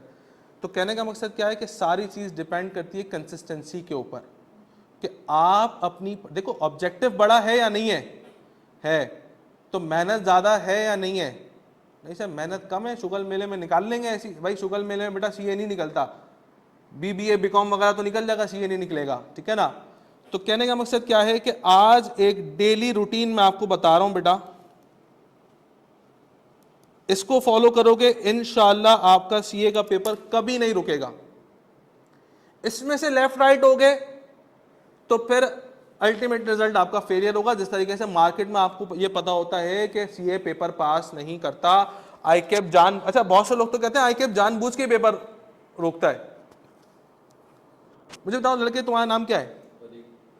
क्या आपको ICAP पहचानता है नहीं पहचानता? मैं पिछले 8 साल से ICAP से एसोसिएटेड हूं, ICAP मुझे नहीं पहचानता। 8 साल होगा जबकि मुझे तो ICAP नहीं पहचानता मुझे। तो क्या ICAP आप लोगों को पहचानता ही नहीं पहचानता कि ये वलीद बंदा है बेटा, इसी से दुश्मनी निकालनी है, जानबूझ के पेपर? भाई जानबूझ के पेपर नहीं रुकते किसी का, एक बात को याद रखना। एक स्पेसिफिक क्राइटेरिया, जो पढ़ के आएगा वो पास होगा, जो पढ़ के नहीं आएगा वो फेल होगा। हमारा सबसे बड़ा मसला पता है क्या है? कि हमारा माइंड जो है ना वो मफलूज हो चुका है एक लिहाज से। कैसे? स्कूल में हम क्लास टीचर के घर में ही ट्यूशन पढ़ने जाते थे, तो वही इंपॉर्टेंट, अम्मी बोलती थी तरह देख ले, तो वही इंपॉर्टेंट मार्क होगा, चलो मेरा भाई 10 सवाल बच्चा याद करके आ गया, उन वही 10 में से 5 पेपर में करके आ गया, 90%। माँ बाप भी खुश, बच्चा भी खुश। माँ बाप सोचते हैं बच्चा बड़ा जीनियस है भाई हमारा यार, 90% लेके आया। अच्छा चलो 9 मैट्रिक हुआ, कुछ बच्चों ने चीटिंग करके पेपर दिए, कुछ बच्चों ने अपनी मेहनत से दिए, तो वो भी 5 ईयर से याद करके दिए ना, कि ये हर साल आता है, इस साल भी आएगा, ये 2 साल छोड़ के आता है, 2 साल नहीं आया, इस साल लाजमी आएगा। और ऐसा होता है, बिल्कुल होता है, नहीं होता? अच्छा इंटरमीडिएट में भी ऐसे ही होता है। तो हमारी आदत हो गई है सेलेक्टिव स्टडी करने की। यहां आना चाह रहा हूं, कहां आदत हो गई है? छोटा पढ़ो, वही पेपर दे आओ और वही पेपर देके पास हो जाएगा। एक बात को याद रखना, ICAP ने जब एक बुक दी है ना आपको, इसका मतलब ये इस बुक की एक एक डेफिनेशन, एक एक एग्जाम्पल आप लोगों के लिए इंपॉर्टेंट है। सिर्फ ICAP ये जज करना चाहता है कि बच्चे ने मेरी दी हुई बुक किताब पढ़ी या नहीं पढ़ी, और वो कहे जज करेगा, वो कोई डेफिनेशन पूछेगा, डेफिनेशन से रिलेटेड कोई एग्जाम्पल पूछेगा। ये नहीं आएगा डिफाइंड कॉन्ट्रैक्ट, भाई कॉन्ट्रैक्ट की डेफिनेशन लिखी हुई है बिजनेस लॉ के अंदर, पेपर में लिखा हुआ आएगा डिफाइंड कॉन्ट्रैक्ट, सीधा सवाल थोड़ी आएगा, टेढ़ा सवाल आएगा। जैसे मिसाल के तौर के ऊपर सवाल ये है कि सिग्नल रेड होने के ऊपर सारी गाड़ियां रुकेंगी, इसका क्या मतलब है? पेपर ने पूछ रहा है, इसका क्या मतलब है? इसका यह मतलब नहीं है कि सारी गाड़ियां रुकेंगी, ये तो सबको पता है। इसका यह मतलब ये है कुछ नहीं भी रुकेंगी। फॉर एग्जाम्पल एम्बुलेंस है, नहीं आशा करती, फायर ब्रिगेड वाली है, नहीं आशा करती, पुलिस किसी को पकड़ रही है, तो लॉ ने इजाजत दी हुई कि भाई आप लोगों ने सिग्नल का ख्याल नहीं करना है, आप चले जाओ, ठीक है ना। तो हमेशा सवाल जो ICAP पूछता है ना, टेक्निकल सवाल पूछता है, आपसे ये नहीं पूछेगा व्हाट इज कॉन्ट्रैक्ट, बताओ कॉन्ट्रैक्ट की डेफिनेशन क्या है। बच्चा कॉन्ट्रैक्ट की डेफिनेशन लिखा आ रहा है कि 2 पार्टीज के बीच में एग्रीमेंट इन्फोर्सेबल बाय लॉ होता है, तो ये कॉन्ट्रैक्ट होता है, वही फेल कर देगा। वो ये थोड़ी पूछ रहा है आपसे, कॉन्ट्रैक्ट की डेफिनेशन थोड़ी पूछेगा, पढ़ाएगा डेफिनेशन, देगा सिनेरियो। कि दो बंदों ने बीच में मोबाइल बेचने का आपस में इरादा कर लिया, एक ने मोबाइल बेच दिया, उसके अब्बा ने मना कर दिया, बताओ ये कॉन्ट्रैक्ट है या नहीं है, सिनेरियो देगा। अब जिसके जहन में क्लास के अंदर, देखो क्लास में टीचर डेफिनेशन पढ़ाएगा, साथ साथ एग्जाम्पल भी देगा कि बेटा ये केस स्टडीज, ये केस स्टडीज, ये केस, ताकि तुम्हारा माइंड में बन जाए कि बेटा कॉन्ट्रैक्ट किस तरीके से आइडेंटिफाई करेंगे हम सवाल के अंदर। वही सिनेरियो उड़ के पेपर में आएगा, अलग से नहीं आएगा कोई बोलो चांद तोड़ तारे तोड़ के लिया, नहीं, वही सिनेरियो होगा जो क्लास में टीचर ने डिस्कस किया है आप लोगों से, ठीक है। तो कहने का मकसद क्या है बेटा कि बहुत फोकस के साथ सिर्फ हमने स्टडीज़ के ऊपर फोकस करना है आइंदा के बाद से। अगर हमने गोल्स अचीव करने, कुछ बन के दिखाना है अपने घर वालों को और बाकी वालों को, ठीक है ना। वैसे कुछ लोग जो है ना घर में डी ग्रेड होते हैं, इज्जत नहीं होती, बोलो ठीक है चलो मैं ही कर लूँगा, कुछ ना कुछ तो इज्जत मिलेगी। एनीवे, तो सीए का पेपर लीक होता है, बिल्कुल बेटा सीए का पेपर लीक होता है। अगर सीए के पेपर लीक करने के लिए प्राइम मिनिस्टर ऑफ पाकिस्तान भी आईकैप को कॉल करे, प्राइम मिनिस्टर ऑफ पाकिस्तान से बड़े तो कुछ नहीं है ना, कुछ एक दो लोग हैं जो कि प्राइम मिनिस्टर ऑफ पाकिस्तान से बड़े हैं, तो कहने का मतलब कि अगर वो भी आईकैप को कॉल करें कि भाई पेपर दे दो, पेपर लीक करो, आईकैप तब भी लीक नहीं करेगा, ठीक है। ये जो इंटर में होता था कि मिडनाइट पेपर आ रहा है, दादा ग्रुप पे पेपर आ रहा है, जो भी एक्स वाई जी सब कुछ आ रहा है, तो ऐसा कुछ नहीं होता, ठीक है ना। अच्छा, डेली रूटीन क्या है प्लीज बेटा, ऑब्जेक्टिव, दिन में कितने घंटे सोएंगे? 8 घंटे सो जाएं, ओके। अब जो पेरेंट्स होंगे वो हंस बोलो 8 घंटे तो बच्चा सोता ही नहीं है, बच्चा सुबह 12 बजे तो आँख खोलती है, वो भी हिलाना पड़ता है, उठ जाओ उठ जाओ उठ जाओ, नेचती नेचती नेचती। मेरे घर में भी ऐसी हो रहा है, मेरा छोटा वाला भाई नहीं उठता, अम्मी बहुत उठाना पड़ती है, नेचती हो रही है नेचती हो रही है, फरिश्ते बुरा बोल रहे हैं। खैर 8 घंटे सो गए, कितने घंटे बचे बेटा हैं? प्लीज प्लीज बोलें बोलें, 16 घंटे बचे। क्लासेस कितने घंटे की लेंगे? क्लासेस कितने घंटे की लेंगे?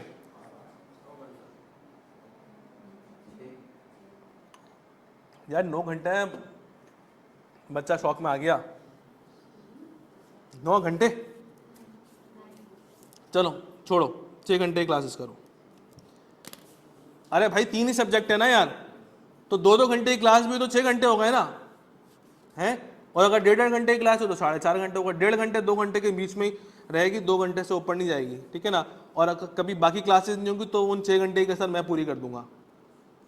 हाँ, मैंने पिछले संडे को 6 घंटे की क्लास ली, पूछो बंदा असरा पीछे बैठा हो, अच्छा देख भी रहे हो उसको, अरे भाई इधर देखो। खैर, तो बेटा 6 घंटे की क्लास हुई, कितना टाइम बचा प्लीज? 10 घंटे। इंस्टीट्यूट आने जाने में टाइम तो लगता है, घर से बंदा फौरन थोड़ी निकल पड़ता है, आप पहुंच जाएगा, तैयार होगा, आएगा जाएगा। ट्रैवल के कितने घंटे निकालें बेटा? 2 घंटे निकाल दो, अपनी तरफ से आने का अपनी तरफ से जाने का 2 घंटे निकाल दिए, कितने घंटे बचे? अब क्या करेंगे? क्यों, खाना पीना कौन करेगा भाई, कैसे जिंदा रहेंगे? खाना पीना भी तो करना है, नमाज भी तो पढ़नी है भाई, क्या करें? सर 2-3 घंटे, 4 घंटे निकाल देता हूँ, मैं बोलता हूँ आधे टाइम और निकाल दो, 4 घंटे निकाल दिए, कितने बचे? अच्छा, इन 4 घंटों में नहाना धोना, खाना पीना, नमाज वगैरह सब काम मैंने कर लिए हैं इन 4 घंटों के अंदर, ठीक है ना। मुझे बताएं 4 घंटे बचे, सारे काम कर लिए मैंने, अब क्या करूँ? सर कुछ नहीं, लड़के बोलेंगे आउटिंग, अब बाहर निकल लेंगे दोस्तों के साथ। हाँ तो बेटा घर वाले सीए करेंगे, और क्या करेंगे मेरा बेटा? इसमें हम एक काम करेंगे, देखो मैं क्या लिख रहा हूं, क्या करेंगे? कोई भी चार्टर्ड अकाउंटेंट सिर्फ क्लासेस लेके क्वालिफाई नहीं होता, इस बात को याद रखना।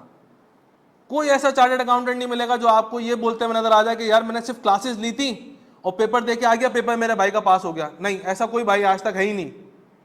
हर चार्टर्ड अकाउंटेंट आपको मिलेगा, वो बोलेगा भाई सेल्फ स्टडी करो, घर जाके प्रैक्टिस करो, घर जाके प्रैक्टिस करो, ठीक है, घर जाके दोबारा पढ़ो। सर सेल्फ स्टडी में क्या क्या होता है यही बताता हूँ। सेल्फ स्टडी में एक तो आपके क्लास का क्या होता है बेटा, भाई जो आज पढ़ा उस घर जाके कौन रिवाइज करेगा, ताकि कल की क्लास में आओगे तो कनेक्टेड रहोगे ना, ठीक है। अच्छा, फिर एक और चीज,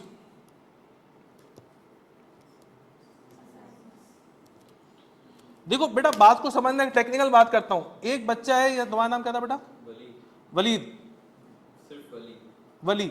अब ये वली नाम का बच्चा है, इसकी क्लास की अंडरस्टैंडिंग बहुत वीवीआईपी है, ठीक है ना, सवाल इसको देते हैं ये सॉल्व भी कर लेता है।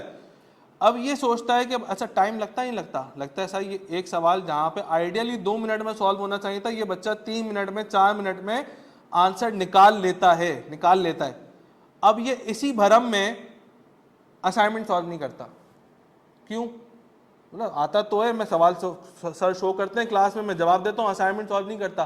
देखो असाइनमेंट आपकी क्या करेगा, प्रैक्टिस करेगा, प्रैक्टिस, जल्दी जल्दी हाथ चलेगा। जहां सवाल 4 मिनट में सॉल्व होता था, 3.5 मिनट, 3 मिनट, 2.5 मिनट, 2 मिनट में आ जाओगे। ऐसा आएगा नहीं आएगा? अच्छा अगर असाइनमेंट सॉल्व नहीं करे और बच्चा ऐसी एटीट्यूड रख के पेपर देने जाए, अल्टीमेटली क्या होगा कि आईके ने जो पेपर सेट किया है वो 2 मिनट 2.5 मिनट के हिसाब से किया है, आप 4 मिनट ले रहे हो, 1.5 मिनट ज्यादा ही ले रहे हो, तो होगा ये कि आपका पेपर अनअटेम्प्टेड रहेगा, फिर इनकम्प्लीट रहेगा। आप बोलोगे यार टाइम तो बहुत शॉर्ट था, टाइम बहुत शॉर्ट नहीं था, आपकी स्पीड स्लो थी। आ रही बात समझ में? तो प्रैक्टिस करने के लिए आपको असाइनमेंट सॉल्व करना जरूरी है। आ रही है मेरी बात समझ में? नहीं आ रही?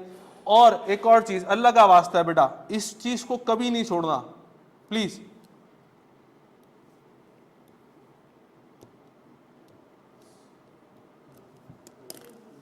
क्या आज किसी बंदे को डॉक्टर बोलता है ना, बेटा आपकी जिंदगी बस 2 साल की रह गई है, 2 साल से ज्यादा आपकी जिंदगी नहीं है, कंफर्म मैं आपको लिख के देता हूँ। मैं आपको बताऊँ बंदा कितना भी गुनाहगार हो, वो जानामाज से नहीं उठेगा, बोलेगा नहीं भाई अब तो 2 साल रह गए, अब तो सारी जिंदगी तो नमाज पढ़े नहीं, अब मैं अल्लाह अल्लाह कर लूँ, कोई काम नहीं करेगा वो, क्योंकि उसको अपनी डेडलाइन पता चल गई। ऐसा ना?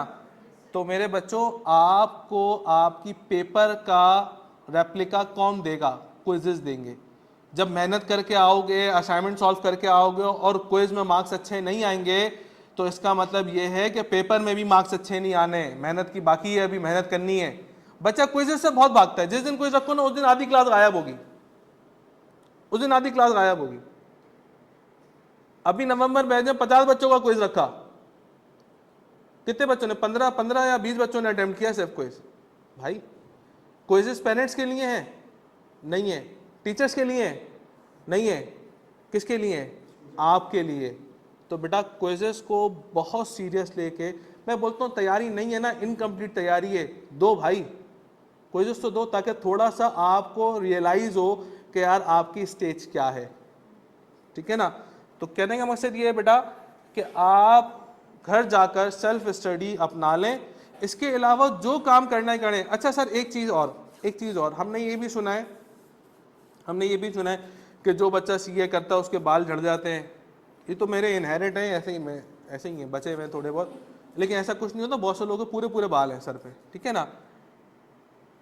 हमने ये सुना है कि रिश्तेदारों को छोड़ना पड़ जाता है और फैमिली गैदरिंग छोड़नी पड़ जाती है, शादी में जाना भाई ऐसी सिर्फ बेकार की बात है। मैं आपको बताऊं, कैलकुलेशन से चलो, आपको ये पता है रोजाना कितने घंटे पढ़ना है? 4 घंटे पढ़ना है। घर में भाई की शादी है, 10 दिन नहीं पढ़ सकता मैं, 10 दिन क्लासेस तो ले लोगे ना, चलो सेल्फ स्टडी के 4 घंटे मैं नहीं पढ़ सकता। बेटा 10 को 4 से मल्टीप्लाई करो, कितने घंटे बनते हैं? पता है ना तुम्हें पता है ना, 40 घंटे मैं नहीं पढ़ सकता, 40 घंटे पीछे हो जाऊंगा। तो क्यों ना इन 20 घंटों को शादी से पहले कंपनसेट कर लो, रोजाना 1 घंटा बढ़ा लो, क्या मसला है? कोई मसला थोड़ी है। और शादी हो जाए तो जो 20 घंटे का मजीद डेफिसिट है वो 1 घंटा आगे बढ़ा लो, तो क्या कवर हो जाओगे? नहीं हो जाओगे, दोबारा लाइन अप आ जाओगे, शादी भी इंजॉय हो गई, अपनी पढ़ाई का काम भी हो गया। हाँ, अगर यही लॉस 40 घंटों का डेफिसिट रख के पेपर देने जाओगे तो वैसे ही पीछे हो ना यार। आई क्या बोलता है 200 घंटे की प्रैक्टिस होनी चाहिए, आप 160 घंटे की प्रैक्टिस लेके बैठे हो, तो फिर चांसेस ये हैं कि पेपर फेल हो सकता है। सो अल्टीमेट ऑब्जेक्टिव एक बच्चे का ये होना चाहिए कि घर जाकर पढ़ाई लाजमी करें। ये सेल्फ स्टडी है बेटा, एक चीज ऐसी है जो कि पेपर पास कराती है। सेल्फ स्टडी नहीं करोगे, अच्छे बच्चा फेल होता है, अच्छा बच्चा, पढ़ने वाला बच्चा फेल होता है। आ रही मेरी बात सुन में? हाँ भाई, ऑनलाइन स्टूडेंट्स कहानी समझ में आई? किसी का कोई सवाल है तो प्लीज मुझसे करें।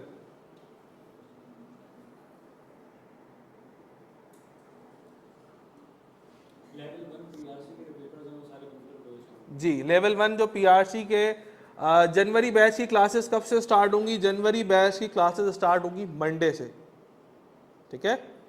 अच्छा, जनवरी बैच की जो स्टार्टिंग की क्लासेस होंगी फर्स्ट वीक की, वो एज अ डेमो क्लासेस होंगी आप लोगों की। क्या होंगी? Demo classes. डेमो क्लासेस का मतलब ये है कि आप लोग को फिजिकली आ जाओ, ऑनलाइन ले लो, ग्रुप के ऊपर लिंक शेयर होते रहेंगे, फिजिकल आप क्लास के ऊपर आ जाओ, शेड्यूल शेयर हो जाएगा ग्रुप के ऊपर, ठीक है। प्रेफर होना चाहिए, इंसान की प्रेफरेंस होनी चाहिए कि फिजिकली कैंपस के ऊपर आए, क्योंकि कैंपस के ऊपर आके अंडरस्टैंडिंग ज़्यादा अच्छी होती है एज़ कम्पेयर टू ऑनलाइन या रिकॉर्डेड। आपको पता है फिनलैंड जो एक कंट्री है, वो एजुकेशन हब मानी जाती है, हर तरह की यूनिवर्सिटी, हर तरह की एजुकेशन वहाँ होती है। उनकी रीसेंट स्टडी ये है कि वो लोग जिन्होंने हार्ड कॉपी बुक से पढ़ा है वो ज़्यादा काबिल है एज़ कम्पेयर टू दोस्त जिन्होंने ऑनलाइन स्टडी करा या सॉफ्ट कॉपी के तौर पे स्टडी किया।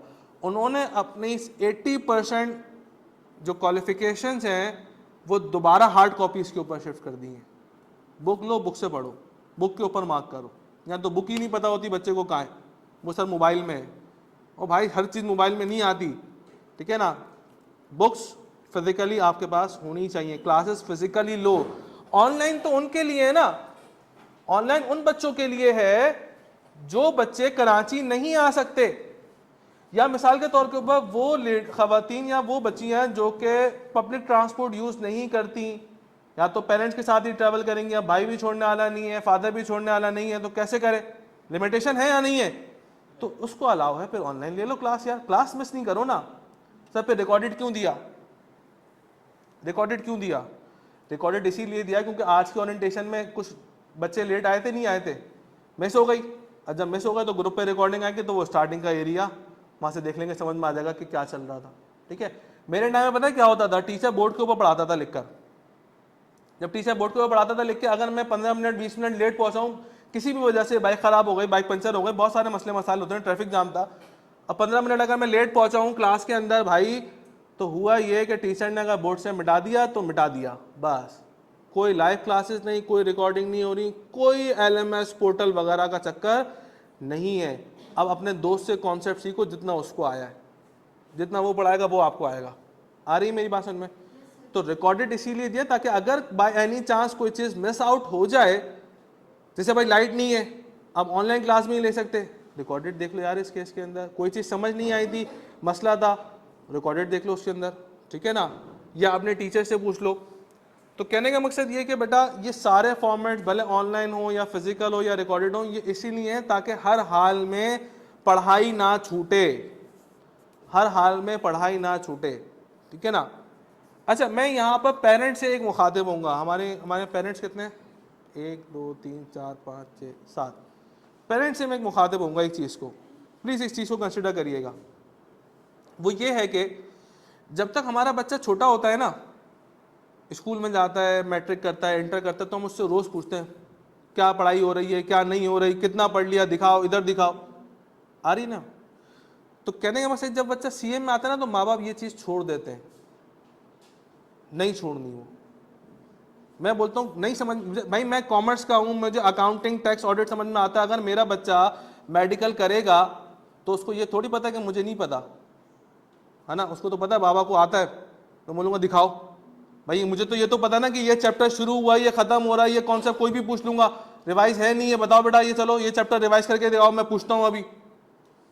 आज तो इंटरनेट सब कुछ मौजूद है, चैट GPT कर लेंगे, कुछ भी कर लेंगे, यूट्यूब के ऊपर कोई भी कॉन्सेप्ट आ जाएगा, बच्चे से पूछ लो। तो कहने का मकसद क्या है कि ये चीज़ मत छोड़िएगा, अपने बच्चों से पूछना नहीं छोड़िएगा, ताकि इनको हिलाने वाला क्लास में जो टीचर है, घर पे हिलाने वाले आप लोग हैं, भाई ज़रा होश में आ जाओ, किधर घूम रहे हो, ठीक है। अच्छा, एक चीज़ और होती है, बच्चा 2-3 पेपर पास करता ना तो यूँ चौड़ा हो जाता है, आपके भाई का CA हो गया, बस अब होगा, देखें अम्मी हो जाएगा। मैं कह रहा था उनका नहीं हुआ था, देखें मैंने 3 पेपर दिए, पास हो गए। अरे भाई अच्छा, मेहनत करे, 3 पास हो गए ना, अब अगली स्टेज में जब बड़ी स्टेज आऊंगा तो मेहनत ज़्यादा करनी है भाई, कैफ में आऊंगा तो ज़्यादा मेहनत करनी है, फाइनल में जाऊंगा तो और मेहनत करनी है। बच्चा वो चूंकि हो गया ना थोड़ा सा, अब क्या होता है, मेहनत कम, और मेहनत कम होते पहला फेलियर, कैफ में आते के साथ ही फेलियर। उसका रीज़न ये क्या हुआ कि आप जितनी मेहनत कर रहे थे उससे 4 घंटे पढ़नी थी ना, 5 घंटे पढ़ना है, ये चलो 4 ही पढ़ लो यार, ठीक है। 4 को 2 पे ले आओगे तो फिर क्या होगा, फेल ही होगा बच्चा। जितने भी लोग फेल होते हैं ना, वो 2 काम नहीं करते। क्या काम नहीं करते? एक तो अपनी टीचर की बात फॉलो नहीं करते, भाई मैंने अब तक सीए के अंदर कोई 7,500 से 8,000 के करीब बच्चे पढ़ाए। कितने बच्चे पढ़ाए? 7, चलो 7,000 7,500 बच्चे लगाओ, 7,500 के करीब बच्चे लगाओ। तो मुझे पता है कि बच्चा क्या करता है क्या नहीं करता। जैसे माँ बाप को पता होता है कि हमारा बच्चा इस तरह चल रहा है ना, क्या हरकत करके आया बाहर से, लड़ाई झगड़ा तो करके नहीं आया, बाइक से गिर के तो नहीं आया, माँ बाप को पता होता है। इसी के साथ टीचर को भी पता होता है कि बच्चा क्या कर रहा है क्या नहीं कर रहा, एकेडमिक्स क्या चल रही है उसकी। तो कहने का मकसद ये है प्यारे बच्चों कि पढ़ाई पढ़ाई पढ़ाई, सारी बातों का ऑब्जेक्टिव ये है कि स्टडीज़ के ऊपर फोकस करना, और वो भी 24 घंटे नहीं पढ़ना। देखो मुझे बताओ ना, 24 घंटे में से 6 घंटे क्लास ली, 4 घंटे सेल्फ स्टडी किया, 10 घंटे अपने मुस्तकबिल को दिए आपने, बाकी 14 घंटे आपने अपना काम किया। ठीक है ना? किसी का कोई सवाल है तो प्लीज़ मुझसे कर लें। जी सर, एक सवाल है मेरा कि क्लास लेने के बाद बच्चा जाएगा घर सेल्फ स्टडी करेगा, उसके बाद आप जो है जो टीचर्स हैं तो वो कोई टेस्ट वगैरह होगा बच्चों का? बिल्कुल होगा ना, से पहले? हाँ हाँ बिल्कुल होगा, बिल्कुल होगा। देखें मैं अपना तरीका बताता हूँ, एम.कॉम वालों के लिए अदनान ये स्पेसिफिक क्वेश्चंस होते हैं ना, तो बेटा ये फिर मैं उस पर व्हाट्सएप वगैरह पे डिस्कस कर लूँगा। ठीक है? देखिए ये क्विजेस का तरीका सीख लें। क्विजेस कब होते हैं? मेरा पढ़ाने का तरीका क्या है, मैं बच्चे को अज्यूम करता हूँ एज अ ज़ीरो। मैं मैथ्स पढ़ाता हूँ, अकाउंटिंग पढ़ाता हूँ, मैं बोलता हूँ उसे प्लस माइनस मल्टीप्लाई डिवाइड आना चाहिए, इतनी अंडरस्टैंडिंग मेरे लिए काफ़ी है, बाकी और मुझे कोई रॉकेट साइंस नहीं चाहिए। मेडिकल वाले बच्चे को भी प्लस माइनस मल्टीप्लाई डिवाइड आता है ना, इतना मेरे लिए काफ़ी है। तो सबसे पहले मैं उसे कराता हूँ कॉन्सेप्ट बिल्डिंग। हमारा सबसे बड़ा जो इंटरमीडिएट का जो ड्रॉबैक है वो ये है ना कि हमें जो पढ़ा दिया जाता है ना हम वो पढ़ लेते हैं। हमें बचपन में टीचर ने पढ़ाया प्लस प्लस प्लस होता है, बस होता है। ओ भाई क्यों होता है ये तो पहले पूछो ना, क्यों होता है ये नहीं पूछा। अगर किसी ने पूछा कभी तो टीचर ने बोल दिया मैथ्स का रूल है। मैथ्स का रूल तो घर में थोड़ी बनता है। देखें फिजिक्स और साइंस की जो केमिस्ट्री वगैरह की चीज़ें वो तो चलो इमेजनरी चल रहा है, इलेक्ट्रॉन यहाँ से निकला वहाँ चला गया, ज़रूरी थोड़ी वहाँ चला गया, कहीं और भी तो जा सकता है, या इसने इलेक्ट्रॉन गेन कर लिया, बच्चे को नज़र नहीं आ रहा। लेकिन मैथ्स में हर चीज़ प्रूवन होती है, बच्चे को शो करो बेटा ये काम ऐसे होता है। तो कहने का मकसद क्या है, सबसे पहले कॉन्सेप्ट बिल्डिंग होगी कि अगर हम कोई फॉर्मेट कोई मेथड पढ़ रहे हैं तो वो सीए के अंदर ही क्यों है। सबसे पहली चीज़ तो हमारे डेली लाइफ के अंदर क्या फ़र्क है इस चीज़ का, मैं कहाँ यूज़ करूँगा इसको मार्केट के अंदर। ठीक है ना? इसके आगे प्रैक्टिकल इम्प्लीकेशंस क्या हैं। जाहिर सी बात है हम जो चीज़ पढ़ेंगे वो हमने मार्केट में जाके सामने जाके इंप्लीमेंट करनी है। तो जब मुझे यही नहीं पता होगा कि ये चीज़ यूज़ कहाँ होती है तो मुझे कैसे पता चलेगा मैं किस लिए पढ़ रहा हूँ। सबसे पहली चीज़ कॉन्सेप्ट बिल्डिंग होगी। कॉन्सेप्ट बिल्डिंग के बाद मैं अपने सेल्फ हैंड आउट से प्रैक्टिस करवाऊंगा बच्चों को, सारे सवाल मैं खुद क्लास में कराऊंगा। ठीक है? कॉन्सेप्ट बिल्डिंग करने के बाद मैं बच्चों को दूंगा असाइनमेंट कि बेटा ये ले 100 सवाल 10 देने आपके पास, तो रोज़ाना कितने बनते सवाल? 10 सवाल बनते हैं। मैं बोलता हूँ 10 सवाल बच्चे सॉल्व करना कोई बड़ी बात नहीं है, आधा घंटा पौना घंटा है भाई, कुछ भी नहीं है। अफसोस इस बात के ऊपर है कि बच्चे से वो 10 सवाल भी रोज़ नहीं हो रहे, आधा घंटा नहीं निकाल पा रहा बच्चा। खैर, तो असाइनमेंट करने के बाद अब होगा क्विज, और मैं क्विजेस भी लेता हूँ तीन क्विजेस लेने का तरीका ये कि एक होता है क्विज बेसिक, बिल्कुल बेसिक होगा, एक होगा मॉडरेट। अच्छा ये मॉडरेट क्विज जो होगा ना ये एग्जाम लेवल होगा, एग्जाम में कैसा आएगा। और फिर एक मैं क्विज रखूंगा हार्ड इसलिए रखता हूं ताकि बच्चा जब एडिशनल प्रैक्टिस मेरे साथ क्लास में कर लेता है ना तो उसको जब वो पेपर में देने जाएगा तो पेपर में उसको लगेगा यार ये तो कुछ भी नहीं है, इससे हार्ड तो मैं क्लास में करके आ रहा हूँ, पेपर यूं निपटा लूंगा मैं। तो होता यही है कि 2 घंटे का पेपर है पीआरसी का, तो एक एवरेज पढ़ने वाला स्टूडेंट मेरा जो है वो अराउंड कोई 1.5 पौने 2 घंटे में अपना पेपर वाइंड अप कर लेगा, प्लस उसके ऊपर 15-20 मिनट के करीब बचेंगे जो अपने पेपर को वो सेल्फ रिव्यू भी कर सकता है। ठीक है ना? कुछ क्वेश्चन में डाउट होता है तो वो रिव्यू भी कर सकता है। सो क्विजेस इंशाल्लाह बिल्कुल होंगे और इसी तरीके से सारे टीचर्स ही फॉलो करते हैं। अच्छा बहुत सी चीज़ें होती हैं जो कि बंदा फिजिकली डिस्कस नहीं कर पाता क्लास में, ख़ास तौर पे लड़कियों को ये बीमारी होती है। बीमारी इसलिए क्योंकि ये वाकई है, कोई फैक्ट नहीं है। बीमारी इसलिए आज से क्लास में पूछती नहीं है, शर्म आ रही है। लड़के तो चलो फिर पूछ लेते हैं। तो कहने का मकसद ये है कि अगर इस तरीके की कोई बात है कि कोई कॉन्सेप्ट समझ नहीं आ रहा, सवाल समझ नहीं आ रहा, मसला हो रहा है मुझे, अब मैं किससे पूछूं? घर में तो नहीं पूछ सकता, टीचर से ही पूछना पड़ेगा। तो भाई फिजिकल टीचर से पूछ लेंगे भाई आप 10 मिनट दे दें, 15 मिनट दे दें, भाई मैं आधा एक एक घंटा बच्चों को देता हूँ एडमिन में बैठाकर। जिस बच्चे का जो मसला है वो पर्सनली बैठ के उसको समझाकर वाइंड अप कर दिया। चलो अच्छा मसला ये है कि भाई फिजिकल भी नहीं बैठ सकते, अब्बा लेने आ जाते हैं, भाई लेने आ जाते हैं, व्हाट्सएप है ना, सवाल की पिक्चर भेजो, साथ साथ एक वॉइस नोट भेजो, इतना तो कर सकते हैं। बस इतना करना है आप लोगों ने। कोई चीज़ समझ नहीं आए फ़ौरन उसकी पिक्चर, सवाल की पिक्चर भेजी, साथ साथ एक वॉइस नोट भेजा, सर इसको एक्सप्लेन कर दें, ख़त्म हो गई बात। तो कहने का मकसद क्या है कि हर तरीके से हर तरीका पॉसिबल है, सिर्फ आप पढ़ने वाले होने चाहिए, ठीक है ना। सर तारिक दुनिया क्या पढ़ाएंगे? सर तारिक दुनिया बेटा बहुत सारे सब्जेक्ट्स पढ़ाएंगे आपको। PRC 3 के अंदर बिजनेस वाला एरिया कुछ सर कवर करेंगे, इसके अलावा टैक्स सर पढ़ाएंगे, ठीक है। मैं क्या पढ़ाऊंगा? मैं PRC 1 के अंदर, PRC 1 जो इंट्रोडक्शन टू अकाउंटिंग है, इसमें 40% मैं पढ़ाऊंगा, और जो PRC 2 है क्वांटिटेटिव मेथड्स, ये 100% मैं पढ़ाऊंगा। नवंबर वाली अटेम्प्ट ठीक रहेगी या जनवरी? देखो ये आपके ऊपर है। इस tax is best, I have already taking classes. Okay, तो तुम PRC की ओरिएंटेशन में क्या कर रहे हो? खैर, तो कहने का मतलब क्या, अब डिसाइड आप लोगों ने करना है कि आपने नवंबर अटेम्प्ट देनी है या जनवरी अटेम्प्ट देनी है, ठीक है। नवंबर अटेम्प्ट इज टू नियर। मैं अगर आपके पास होता तो मैं नवंबर अटेम्प्ट में एडमिशन लेते टाइम रिलक्टेंट होता कि यार 2 महीने हैं, 5 पेपर्स देने हैं, मेहनत बहुत ज़्यादा करनी पड़ेगी, ठीक है ना। जनवरी करीबी है, जनवरी में कितना टाइम है? 4 महीने। तो 4 महीने में इजीली आपके 3 पेपर्स प्रिपेयर हो सकते हैं। क्लासेस आपकी मंडे से शुरू हो जाएंगी। अच्छा, डेमो क्लासेस का होता ये है कि डेमो क्लासेस आप 1 वीक के लिए ऑफर की जाएंगी। आओ फिजिकली बैठो, देख लो कि मेरी बात आपको समझ में आ रही है नहीं आ रही, या बाकी जो टीचर्स आपको समझा पा रहे हैं नहीं समझा पा रहे, ठीक है ना, आपकी समझ आ रहा है नहीं आ रहा, फिर उसके बाद अपनी फीस पेड कर दो आप, ठीक है। 1 वीक तक सबको अलाउ होगी, उसके बाद जो है फिर जो फीस पेड बच्चा होगा उसी को अलाउ की जाएगी क्लासेस। अच्छा, 1 वीक तक डेमो क्लासेस जो है वो यूट्यूब के ऊपर अपलोड करके आपको ग्रुप में भी लिंक शेयर कर दिया जाएगा डेली बेसिस के ऊपर। लेकिन जैसे ही वीक कंप्लीट होगा तो आपकी डेमो क्लासेस फिर आपको सिर्फ पोर्टल के ऊपर ही नजर आएंगी। आपको एक LMS दिया जाएगा। फास्ट कोर्स बिल्कुल भी नहीं है बेटा, रेगुलर बैच है, ठीक है जी।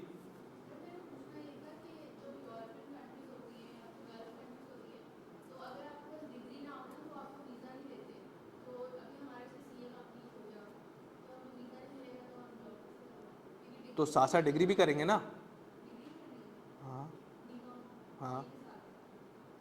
अच्छा, इसके बारे में भी कंफ्यूजन है बच्चों को कि भाई डिग्री भी करनी है, ये भी करना है, वो भी करना है। देखो, बाहर मूव करना है तो ये काम आपने करना है, ठीक है ना। और अल्टीमेट ऑब्जेक्टिव भी बंदे का ये होना चाहिए कि जब मैं इतनी मेहनत करके एक अच्छी क्वालिफिकेशन हासिल कर रहा हूँ तो क्यों ना मैं मैक्सिमम के ऊपर जाऊँ। मैं क्यों पाकिस्तान में नौकरी करूँगा? मैं तो नहीं करूँगा भाई, मैं तो चले आऊँगा यूरोप साइड के ऊपर या दुबई साइड के ऊपर। तो कहने का मकसद क्या है कि फिर वहाँ पर आपको ग्रेजुएशन एटलीस्ट रिक्वायर्ड है, ठीक है। सो उसका सबसे आसान तरीका, देखो एक बात को याद रखना, अगर आप गाड़ी चलाना सीखते हैं तो सबसे पहले आपका इंस्ट्रक्टर बताएगा बेटा दोनों हाथ ऐसे स्टीयरिंग पे रखना है और इधर उधर बातें नहीं करनी, सीधा सीधा देखना है आपने, ऐसा ही है ना। फिर जब थोड़े से यूज टू हो जाओगे तो बात भी कर सकते हो, एक हाथ से भी चला सकते हो गाड़ी, ऐसा ही ना। थोड़ा और यूज टू हो जाओगे तो मोबाइल भी साथ में चल रहा हो, गाड़ी भी चल रही है, वैसा ऐसा करना नहीं। लेकिन कहने का मकसद क्या है कि फिर साइमल्टेनियसली हम बहुत सारे काम कर सकते हैं, गाड़ी चलाते जाते बात भी कर सकते हैं, मिरर वगैरह की एडजस्टमेंट सब काम कर सकते हैं ना। तो कहने का मकसद ये है बेटा कि जब CA में आ जाओ, PRC कर लो और कैफ की फर्स्ट अटैम्प्ट दे दो, कैफ के 3 पेपर्स दे दो, ताकि तुम्हें ये पता चल जाए कि किस तरीके से पढ़ा जाएगा। कैफ के अंदर देखो हर लेवल का फॉर्मेट अलग है, कैफ में किस तरीके से पढ़ूंगा, किस तरीके से पेपर आता है और पेपर पास मेरा हो जाता है। जब ये गाड़ी का सीक्वेंस पता चल जाए, साथ साथ एडमिशन ले लेना, फिर उससे पहले नहीं लेना। और सर अगर मुझे ये नहीं पता चल रहा है कैफ में कैसे पढ़ना है कैसे नहीं पढ़ना, तो फिर बेटा ग्रेजुएशन में एडमिशन मत लेना, वरना फिर दोनों जगह सवार हो जाएंगे, ना इधर के रहेंगे ना उधर के रहेंगे। अल्टीमेट ऑब्जेक्टिव हमारा CA करना है। देखो ना, मार्केट में CA कितने सारे घूम रहे हैं, बहुत मिनिमम है, और ग्रेजुएशन वाले कितने घूम रहे हैं। तो हर ग्रेजुएशन वाले का CA नहीं हो रहा, लेकिन हर CA वाले का ग्रेजुएशन तो हो रहा है ना। तो ग्रेजुएशन बड़ी चीज़ नहीं है, CA बड़ी चीज़ है। CA के ऊपर फोकस करें, ग्रेजुएशन तो ऐसे ही निकल जाएगा आपका, मसला नहीं है, ठीक है। जो बच्चा CA कर रहा होगा, ग्रेजुएशन उसका सेल्फ स्टडीज़ के ऊपर निकल जाएगा, कोई मसले वाली बात नहीं है, ठीक है। सर BWCS एग्जाम्प्ट हो गया है, और उसकी जगह आईकेप एक नया हैंड्स ऑन कोर्स इंट्रोड्यूस कराएगा जो कि रिटर्न होगा। अभी आईकेप ने इसके बारे में फर्दर क्लैरिफिकेशन नहीं दी। सर अगर कोई नवंबर में दे देता है उसका वाइंड अप कोर्स होगा नहीं होगा? नहीं होगा। अगर नवंबर में कोई बच्चा 5 पेपर दे देता है तो उसका नहीं होगा फिर वो। BWCS दे दे। BWCS देने के साथ साथ फिर आपने वो भी देना पड़ेगा। हाँ, BWCS दे दोगे तो फिर नहीं देना पड़ेगा वो। लेकिन बात ये ना कि फिर मैं नवंबर में दूंगा क्यों, 2 महीने का रिस्क क्यों लूंगा, मैं सुकून से जनवरी में पेपर नहीं दे दूंगा। बात तो ये, तो मैं बोलूँगा कि जॉब छोड़ दो, जॉब के साथ साथ सीए नहीं हो सकता, ठीक है ना जी। लेकिन अगर जैसे फाइनेंशियली को प्रॉब्लम है, वो जॉब करके ही पेपर और भी फीस कर रहा है, वो देना चाह रहा है, तो फिर देखिए कुछ ना कुछ तो करना पड़ेगा, क्योंकि पीआरसी में चलें फिर समहाउ आप मैनेज कर सकते हैं, क्योंकि 3 पेपर्स हैं। वो इंटेलिजेंट भी बहुत है उसका। कैफ में आईकेप मांगता है फुल टाइम स्टूडेंट। आईकेप जो फुल टाइम स्टूडेंट बोलता है वो कैफ के बच्चे को बोलता है। सो उसके लिहाज से फिर आपने पढ़ाई नहीं, अच्छा चलें मैं बोलता हूँ अगर कोई बच्चा है 9 to 5 या जॉब करता है, ठीक है, और वो इंटेलिजेंटली अपनी स्टडीज़ को मैनेज कर लेता है इंसाफ के साथ, कोई मसला नहीं है। लेकिन फिर ये ना 9 to 5 के बाद घर आएगा 6 बज जाएंगे, खाना वाना खाएगा 7 बज जाएंगे, फिर 6 घंटे क्लासेस, फिर 6 घंटे क्लासेस, फिर सेल्फ स्टडी, तो वो रात को सोते सोते तो 2-3 बज जाएंगे, फिर सुबह 8 बजे उठना पड़ेगा 9 बजे ऑफिस जाने के लिए। बड़ा बेटा है सीए में मास्टर फाइनल में पहुंची है, सही, काम में भी कर रहा है और अपनी जॉब भी कर रहा है, शाबाश, वेरी गुड। दोनों चीजें कर रहा है। बिल्कुल ऐसा तो मैनेज कर सकते हैं तो बिल्कुल करें, इसमें कोई रिस्ट्रिक्शन नहीं है जी। Any question?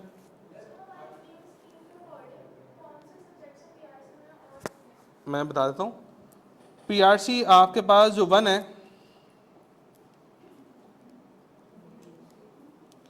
वो आपके पास है इंट्रोडक्शन टू अकाउंटिंग आईटीए, ठीक है बेटा जी।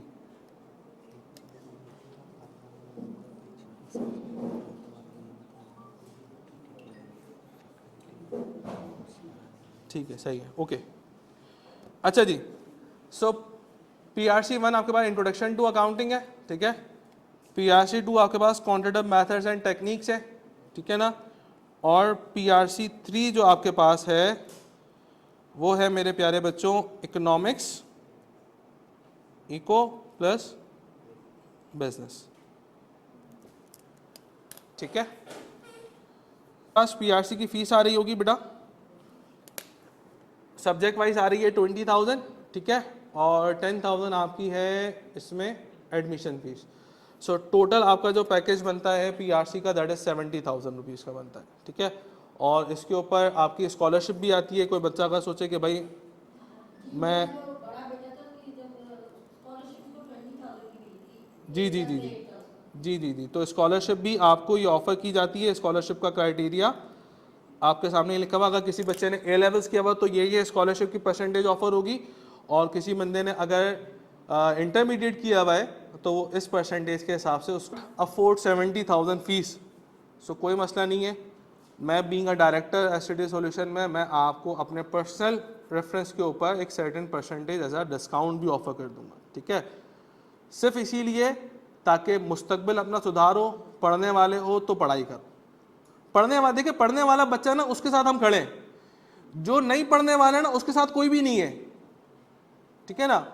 तो इस बात को रियलाइज करें कि जो पढ़ने वाला बच्चा होगा एसटीडी सॉल्यूशन उसके साथ होगा, कोई ऐसा मसला नहीं है। अगर कोई फीस वगैरह का भी होगा तो एडजस्टमेंट मैं देख लूंगा, मसला नहीं है, ठीक है ना। किसी का कोई और सवाल?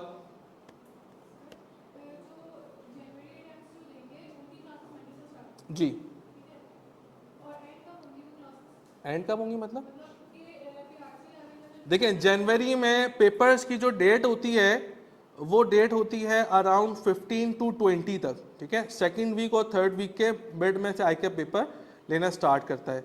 सो वी विल मेक श्योर कि हम आपका सिलेबस जो है वो 15 दिन पहले वाइंड अप कर दें। अगर आपका पेपर जनवरी 15 को होगा सो जनवरी का स्टार्टिंग में आपका सिलेबस सारा कंप्लीट हो जाएगा, along with revision, along with practice, along with mock, along with quizzes. तो ये सारी चीज़ें आपकी हो जाएंगी, ठीक है ना। तो सिर्फ आपके पास सिर्फ 10-15 दिन होंगे, फिर आप सेल्फ स्टडी उसमें करते रहें जी। Any other question? जी बेटा जी बिल्कुल होंगे जी। आर्टिकल्स का जो 3.5 ईयर्स का फेस है ना बेटा, उसमें जो फर्स्ट ईयर का फेज है उसमें आप पेपर नहीं दे सकते आईकेप को, सिर्फ पढ़ेंगे, ठीक है ना। आईकेप भी चाहता है कि आप अपनी आर्टिकल्स को पहले मैनेज करो, 7.5 पढ़ाई का बर्डन ना लो, फिर जब 1 साल में आप मैनेज कर लोगे तो फिर आप आईकेप आपको अलाउ करता है कि रिमेनिंग 2.5 ईयर्स में आप अपने पेपर्स भी दे दीजिए। तो होता ये है कि आइडियल पढ़ने वाला बच्चा, देखो 1 साल का मतलब ये है कि 6-6 महीने की 2 अटेम्प्ट्स बनती हैं वो, ठीक है। टोटल सीए फाइनल्स में 7 पेपर हैं, तो अगर आप 3-3 पेपर करके भी पढ़ते हैं तो 1 साल में 6 पेपर पढ़ लेंगे, जैसे ही आप एलिजिबल होंगे तो 6 के 6 पेपर दे देंगे। मोस्टली बच्चे यही करते हैं कि सीए के उस 1 साल के पीरियड में स्टडी कर लेते हैं, फिर जैसे ही एलिजिबल होंगे तो वो पूरा सीए फाइनल्स एक साथ अटेम्प्ट करते हैं। मैं जिस लड़की की मैंने एग्जाम्पल दी है, यहाँ पर नाम था मुबशिर का, सो इस बंदे ने ऑडिट सीजन के अंदर 6 पेपर्स अटेम्प्ट करे, सीए फाइनल्स के 6 पेपर अटेम्प्ट करे, और आपको पता है पेपर पास कितने करे इसने? 5 पेपर्स पास कर ली एक सिंगल अटेम्प्ट के अंदर। फिर 2 पेपर बचे, 3 पेपर बचे, ठीक है ना, एक सीए फाइनल्स का, 2 एमएसए के, और जो एमएसए 2 है लास्ट पेपर उसके अंदर वो गोल्ड मेडल भी लेके आया। तो कहने का मकसद क्या है? सर हसन मारफानी सैलरी, नहीं भाई, हसन मारफानी की सैलरी जान के क्या करोगे? मैं हसन मारफानी का नंबर शो कर दूंगा, उससे पूछ लेना फोन करके, हमें तो नहीं बताई उसने आज तक, आपको शायद बता दे। Passing ratio please, okay. So बेटा पासिंग रेशो, जो पीआरसी का पासिंग रेशो है ओवरऑल, अगर हम क्यूएम की बात करें, सो आईकेप का passing ratio, ICAP passing ratio is 45 to 50%। ICAP का जो पासिंग रेशो है, ओके अली जुल्फिकार भी बात करता हूँ बेटा इस बारे में। आईकेप का जो पासिंग रेशो है वो 40-45% है, मतलब 100 बच्चे पेपर देंगे तो मैक्सिमम 50 बच्चे पास होंगे, ठीक है ना। नाउ सर अगर मैं अपना 2020 से प्रेजेंट का आपको पासिंग रेशो बताऊं, so it's not less than 98%, ठीक है। सो ये 98% से नीचे कभी भी नहीं रहा। अच्छा ये बात कहने की बात नहीं है, आप क्लासेस लो सिर्फ 1 हफ्ता, देखो 1 हफ्ता क्लासेस में पैसे तो खर्च नहीं हो रहे ना, बात तो तब हो जब पैसे हमारे खर्च हो, पे बाद में लगे नहीं यार पैसा वेस्ट हो गया, बेकार जगह लगा दिए, ठीक है ना। सिर्फ 1 हफ्ता classes low, you will feel a big difference, कोई छोटा मोटा डिफरेंस नहीं, एक बिग डिफरेंस आपको फील होगा, ठीक है ना। अच्छा एआई सीए को रिप्लेस करेगा या नहीं करेगा, बेटा ये बहुत दूर की बात है। जब मैंने 2017 में सीए अपने स्टार्ट किया था तब भी मैंने सुना था कि एआई आ रहा है, और 2025 हो चुका है, तो 2017 से 25 तक तो कितने लोग क्वालिफाई हो गए, और अभी भी एआई आ ही रहा है।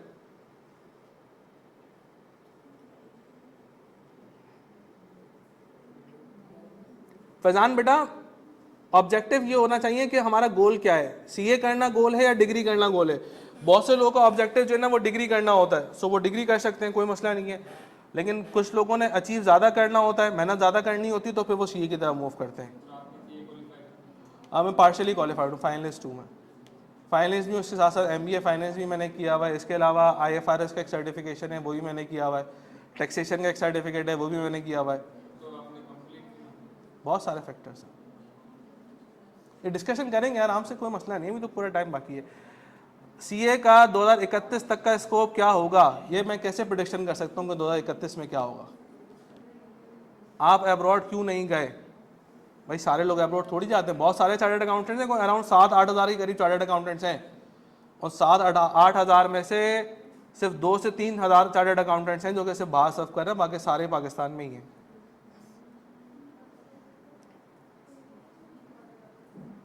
अक्रॉस पाकिस्तान पासिंग रेशो, देखो अक्रॉस पाकिस्तान पासिंग रेशो में होता ही है कि बेटा पढ़ने वाला बच्चा कितना है, जरूरी नहीं है कि सीए में हर आने वाला बच्चा पढ़ने वाला बच्चा, मेहनत करने वाला बच्चा, ठीक है ना। तो मेहनत करने वाला बच्चा जो है वो पास होता है। बीएससीएस बेस्ट है या सीए, ऑब्वियस सी बात है बेटा सीए बेस्ट है, बीएससीएस वाले के तो नौकरी के ही लाले हो जाएंगे जब वो 4 साल बाद बीएससीएस करेगा। तो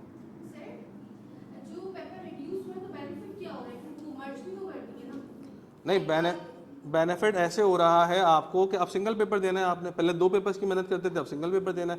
जैसे क्यूएम है तो क्यूएम के अंदर 15 चैप्टर्स थे, नई स्कीम के अंदर रिड्यूस हो गया, वो 12 चैप्टर्स होगा, सिलेबस रिड्यूस हो गया, ठीक है। और नए डायनेमिक्स आ रहे हैं ना, हर चीज़ें मॉडिफाई हो रही हैं, सब्जेक्ट्स मॉडिफाई हो रहे हैं, ठीक है जी बेटा। और किसी का कोई सवाल? देखो क्लासेस के डेज जो हैं वो डेली बेसिस के ऊपर क्लास होगी। इनफैक्ट मैं डेली बेसिस के ऊपर क्लास लेता हूँ, ठीक है। फ्राइडे को आपको ऑफिशियली ऑफ होता है क्योंकि फ्राइडे को बीच में नमाज का गैप एक बड़ा आ जाता है, तो नमाज से पहले भी क्लासेस पॉसिबल नहीं होती, फिर बीच में ज़्यादा गैप आ जाता है, तो फ्राइडे को हम ऑफ ही रखते हैं। तो इनिशियल फेज में Friday and Sunday will be consider as off, ठीक है ना।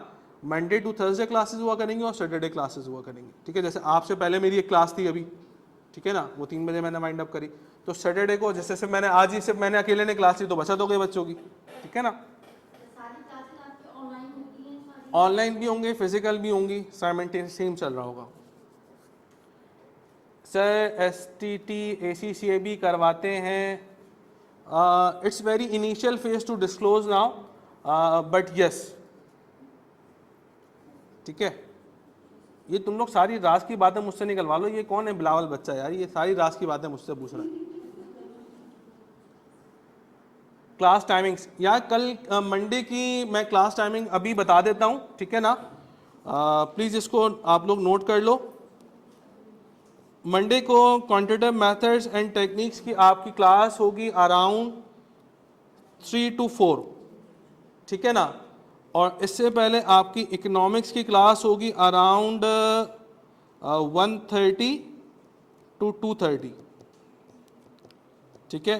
This is your Monday schedule, सही है भाई। तो इसी के हिसाब से आप लोगों के लिंक्स भी ग्रुप के ऊपर आ जाएंगे, जिन लोगों ने ऑनलाइन लेनी है और जिन लोगों ने फिजिकल लेनी है वो क्लास के टाइम पर आ जाएंगे, ठीक है ना जी। लास्ट में किसी का कोई सवाल है, बच्ची कह रही है पूछो पूछो, भाई पूछ लो। स्टडी मटेरियल के लिहाज से बातचीत ये है बेटा कि आपने 1 रुपए की किताब मार्केट से नहीं खरीदनी। बहुत सारे इदारे ऐसे हैं जो कि बच्चे को 20-25 हज़ार रुपए की बुक्स फजूल में परचेज करवा देते हैं और वो ऐसी की ऐसी ही रखी रहती हैं। जितना मटेरियल होगा वो हर टीचर आपको खुद प्रोवाइड करेगा, ठीक है। मेरी बुक आपको एंड STT सॉल्यूशन के एडमिन से मिल जाएगी, ठीक है ना। तो वो आपने बस मिनिमम सा अमाउंट होगा, 200-250 रुपये 300 रुपये की बुक होगी, लेस देन 500 वो बुक होगी, सिर्फ एक वो परचेज कर लेनी है। एक रजिस्टर आपके पास हो, थोड़ा सेहतमंद हो, ठीक है ना, पतला वाला ना हो, पतला वाला तो 1 हफ्ते में भर जाएगा, थोड़ा सेहतमंद रजिस्टर हो ताकि चल जाए वो। और कैलकुलेटर आपके पास एक होना चाहिए। अच्छा, कैलकुलेटर भी 8 मोड वाला होना चाहिए। कैलकुलेटर में की होती है ऑन की, ऑन के साथ एक और की होती है, इसमें मोड लिखा होता है, जैसे ही मोड प्रेस करेंगे तो 8 मोड्स अपेयर होने चाहिए। बस वो कैलकुलेटर हमारे लिए जो है वो सफिशेंट है और बस वही आपने यूज़ करना है। उस वक्त तो जॉब होंगे, रिकॉर्डिंग मिल जाएगी, बिल्कुल रिकॉर्डिंग मिल जाएगी। 3 पेपर्स देना ज़्यादा बेनिफिशियल है बिलाल बेटा एज़ कम्पेयर टू 5 पेपर्स। बिल्कुल होंगे, बिल्कुल होंगी। अच्छा, इस चीज़ के लिहाज से और जिस तरीके से मैंने पेरेंट्स को कहा था कि थोड़ा सर्विलेंस रखना है, उसी तरीके से देखिए ग्रुप का एक्सेस बच्चे के साथ साथ पेरेंट्स के पास भी होता है। तो जब क्विज की असाइनमेंट, क्विज की अनाउंसमेंट हो, so take follow up as well के बच्चे ने क्विज दिया है या नहीं दिया, नहीं दिया तो क्यों नहीं दिया, और अगर दिया है तो फिर शो कराओ मार्क्स, ठीक है। और मिसाल के तौर के ऊपर बच्चा लेफ्ट राइट हो रहा है, क्विज दिया भी है नहीं भी दिया, सो टीचर से गाइडेंस लें। आप कॉल करें STT सॉल्यूशन के अंदर, एडमिन आपको रिप्लाई करेगा कि बच्चे ने क्विज दिया ना नहीं दिया, ठीक है ना। और किसी का कोई सवाल बेटा प्लीज?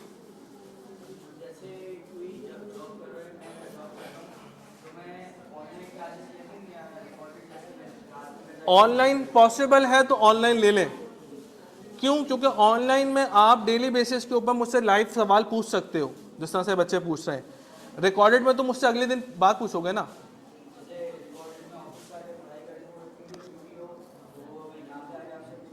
बिल्कुल कोई मसला नहीं है, जैसा आपको सूटेबल लगे वैसा कर लो, लेकिन कर लो बस।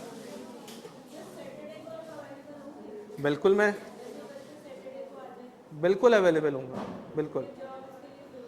मैं क्लास टाइमिंग्स के हिसाब से अवेलेबल होता हूँ, ठीक है। किसी बच्चे को सेपरेट टाइम चाहिए तो मुझे एक दिन पहले व्हाट्सएप कर दे, so I will wait for him, ठीक है ना, वो कोई मसला नहीं है बेटा। और किसी का कोई सवाल? जी पूछो।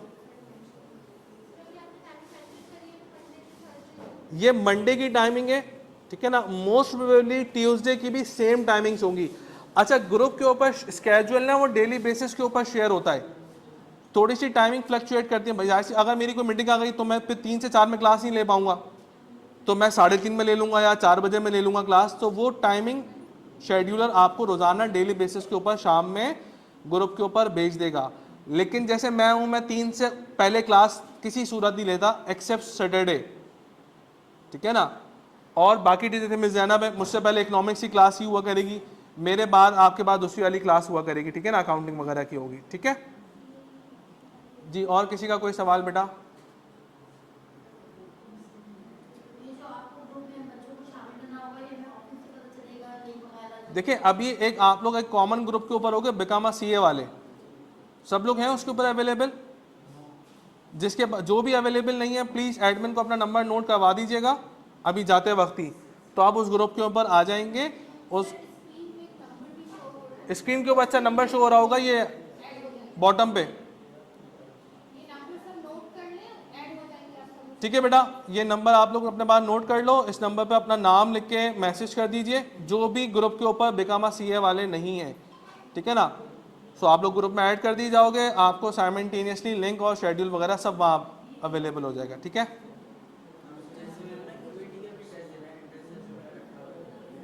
नवंबर में दो क्यूएटी दो, सही है। मैं सिलेबस शेयर कर दूंगा, मैं सिलेबस शेयर कर दूंगा, मुझे व्हाट्सएप में मैसेज कर देना, मैं आपको बता दूंगा। अच्छा बेटा मुझे एक बताएं, प्लीज प्लीज प्लीज प्लीज मुझे एक बात ये बताएं कि क्यूएटी किन किन बच्चों का है, या क्यूएटी के बारे में किसको नहीं पता कि क्यूएटी क्या होता है। क्यूएटी एक क्वालिफाइंग असेसमेंट टेस्ट है जो कि आईके पीआरसी से पहले लेता है। वो बच्चे जिनकी 50 और 60% के बीच में आई इंटरमीडिएट के अंदर, 60 जो परसेंटेज वाला है वो डायरेक्टली पीआरसी कर सकता है, लेकिन वो बच्चा जो 50 और 60 के बीच में है, सो उस बच्चे ने क्वालिफाइंग असेसमेंट टेस्ट देना होगा आईकेप को बिफोर पीआरसी, ठीक है ना। सो अगर किसी बच्चे को उसके बारे में नहीं पता कि उसका टेस्ट कब कब होता है या उसमें क्या क्या सिलेबस है, सो ये मेरा कॉन्टेक्ट नंबर है,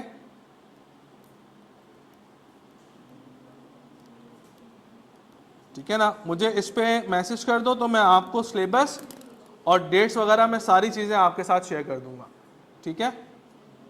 एनी अदर क्वेश्चन बेटा? आपको जान के ताज्जुब होगी ये बात कि मेडिकल वालों का रेशो ज़्यादा है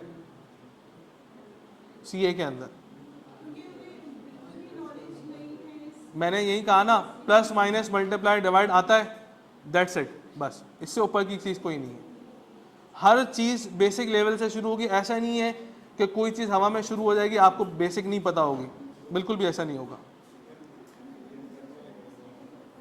जी। और कोई सवाल बेटा किसी का? भाई पूछ लो किस, कौन कह रहा है पूछो। कोई कह रहा था कि पूछ लो, हाँ। इनके पास जो ग्रुप है ना वो एआरटीटी का है, तो ये कहने लगी कि जब मैं यहाँ पर आई तो मुझे रिकमेंड किया गया ऊपर जाओ, तो इनकी जो मुलाकात है वो एडमिन एआरटीटी से हो गया। ठीक तो है, पूछिए कि एसटीटी के एडमिन की मुलाकात कैसे होगी और एसटीटी वाले ग्रुप में कैसे ऐड होंगी, फिर कंफ्यूजन। देखो एडमिन का एक बंदा वो पीछे नज़र आ रहा है आपको, देखो आ रहा है, एक वो बंदा नज़र आ रहा है, ठीक है। एक बंदी भी हमने रखी है, ये बंदे इसलिए रखे ताकि बंदे मिले उनसे, तुम लोगों नहीं मिलना। एक हमने लड़की भी रखी है, तुम लोग उससे आगे मिलना, ठीक है। मारूफ होंगी एडमिन के अंदर, यह जो नंबर आ रहा है ना इसके ऊपर आप मैसेज कर दोगे तो वो बस मारूफ होंगी तो वो आपको अकोमोडेट कर देगी, ठीक है ना जी बेटा। और किसी का कोई सवाल प्लीज?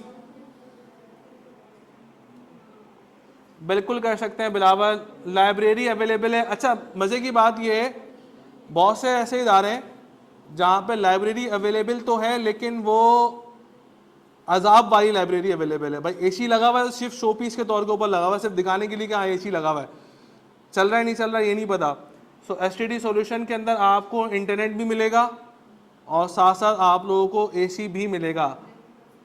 हाँ एसी का जो टेम्परेचर है वो हम अपने हिसाब से सेट कर देंगे, क्योंकि एक बच्चे को सर्दी लगती है एक बच्चे को गर्मी लगती है, तो वो टेम्परेचर वाला हिसाब किताब ना उसका ख़राब ही हो जाएगा। सो वो हमने कर दिया है, किसी को ज़्यादा सर्दी वाला चाहिए होगा तो हम उसको एसी के नीचे स्पेशल बैठा देंगे। और किसी का कोई सवाल? जी भाई किसी का कोई सवाल नहीं है? खुद पूछो खुद पूछो खुद पूछो। वो देखो उसको कहिए पूछो पूछो। अबे भाई हाँ क्या मसला है बताएं। किस चीज़ का रजिस्ट्रेशन? देखो ICAP में रजिस्ट्रेशन करवाएं, ठीक है, और उसका क्या मेथड होगा, किस तरीके से हम अप्लाई करेंगे, वो मैं क्लास में एक बच्चे की रजिस्ट्रेशन करके दिखाऊंगा। क्या वेबसाइट पे कैसे ओपन करेंगे, किस तरीके से आप ID क्रिएट करोगे, किस तरीके से डॉक्यूमेंट अपलोड करोगे, डॉक्यूमेंट्स को स्कैन कैसे करोगे, पिक्चर किस साइज में अपलोड करोगे, वो मैं एक बच्चे का करके दिखाऊंगा और वाउचर भी जनरेट करके दिखाऊंगा कि वाउचर किस तरीके से जनरेट होगा। ठीक है, बस जब वाउचर जनरेट हो जाएगा आप बैंक में जाएंगे, उस वाउचर की पेमेंट करेंगे, दैट्स इट।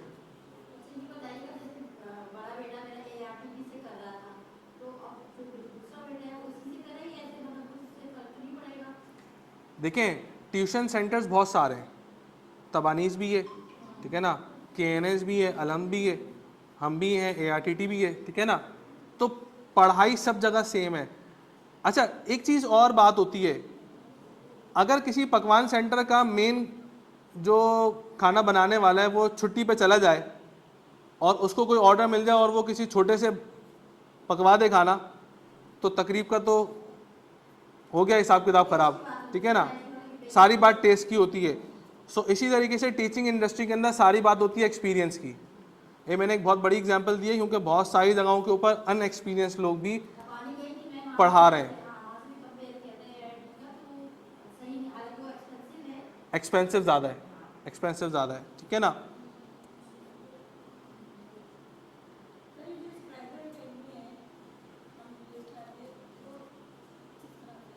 वो भी एक CA का इदारा है, वो भी CA करवाते हैं। बस ये लास्ट चीज़ डिस्कस करके मैं कंक्लूड करता हूँ। देखिए ये सारे वो लोग हैं जो कि PRC में आपको और कैफ के अंदर आपको पढ़ाएंगे। इसमें ये PRC की फैकल्टी है, आधे लोग इसमें कैफ के अंदर भी हैं और कैफ के मज़ीद लोग भी हैं। ये सारे वही टीचर्स हैं जो पिछले से पिछले सालों तक, ठीक है ना, ARTT में ही पढ़ा रहे थे, ठीक है। ये मैं अकेला नहीं हूँ, मैंने 5 साल पढ़ाया है, सर इमरान शद ने कोई 8 से 10 साल पढ़ाया है, सर एलविन फराज ने 8 से 10 साल पढ़ाया है, हसन मारफानी और ये सर अलिया मौला मेरे हाथ से चुप गए, मैं इधर हो जाता हूँ, सर तारिक में ज़ैनब, तो ये सारे वही टीचर्स हैं जो कि पिछले 8 सालों से 10 सालों से 15 सालों से पसंद है। चलो अच्छी बात, खैर और किसी का कोई सवाल? किसी का कोई सवाल नहीं है। सो इंशाल्लाह मंडे को आप लोगों की क्लासेस शेड्यूल हो रही हैं 1:30 बजे से 1 बजे 1:30 बजे 1:30 बजे से लेकर 2:30 बजे तक आप लोग की इकोनॉमिक्स की क्लास होगी, ठीक है, और फिर 3 बजे से लेकर 4 बजे तक या 4:30 बजे तक आपकी QM की क्लास होगी, ठीक है। दोनों क्लासेस आप लोगों ने फिजिकल लेनी है। कोशिश करें कि घर से निकलें और STD सॉल्यूशन पहुंच जाएं, ठीक हो गया। चलें फिर आप लोगों से इंशाल्लाह क्लास में मुलाकात करते हैं। बिलावल बेटा मुझसे व्हाट्सएप कर दें, मैं डिस्कस कर लेता हूँ, ठीक है।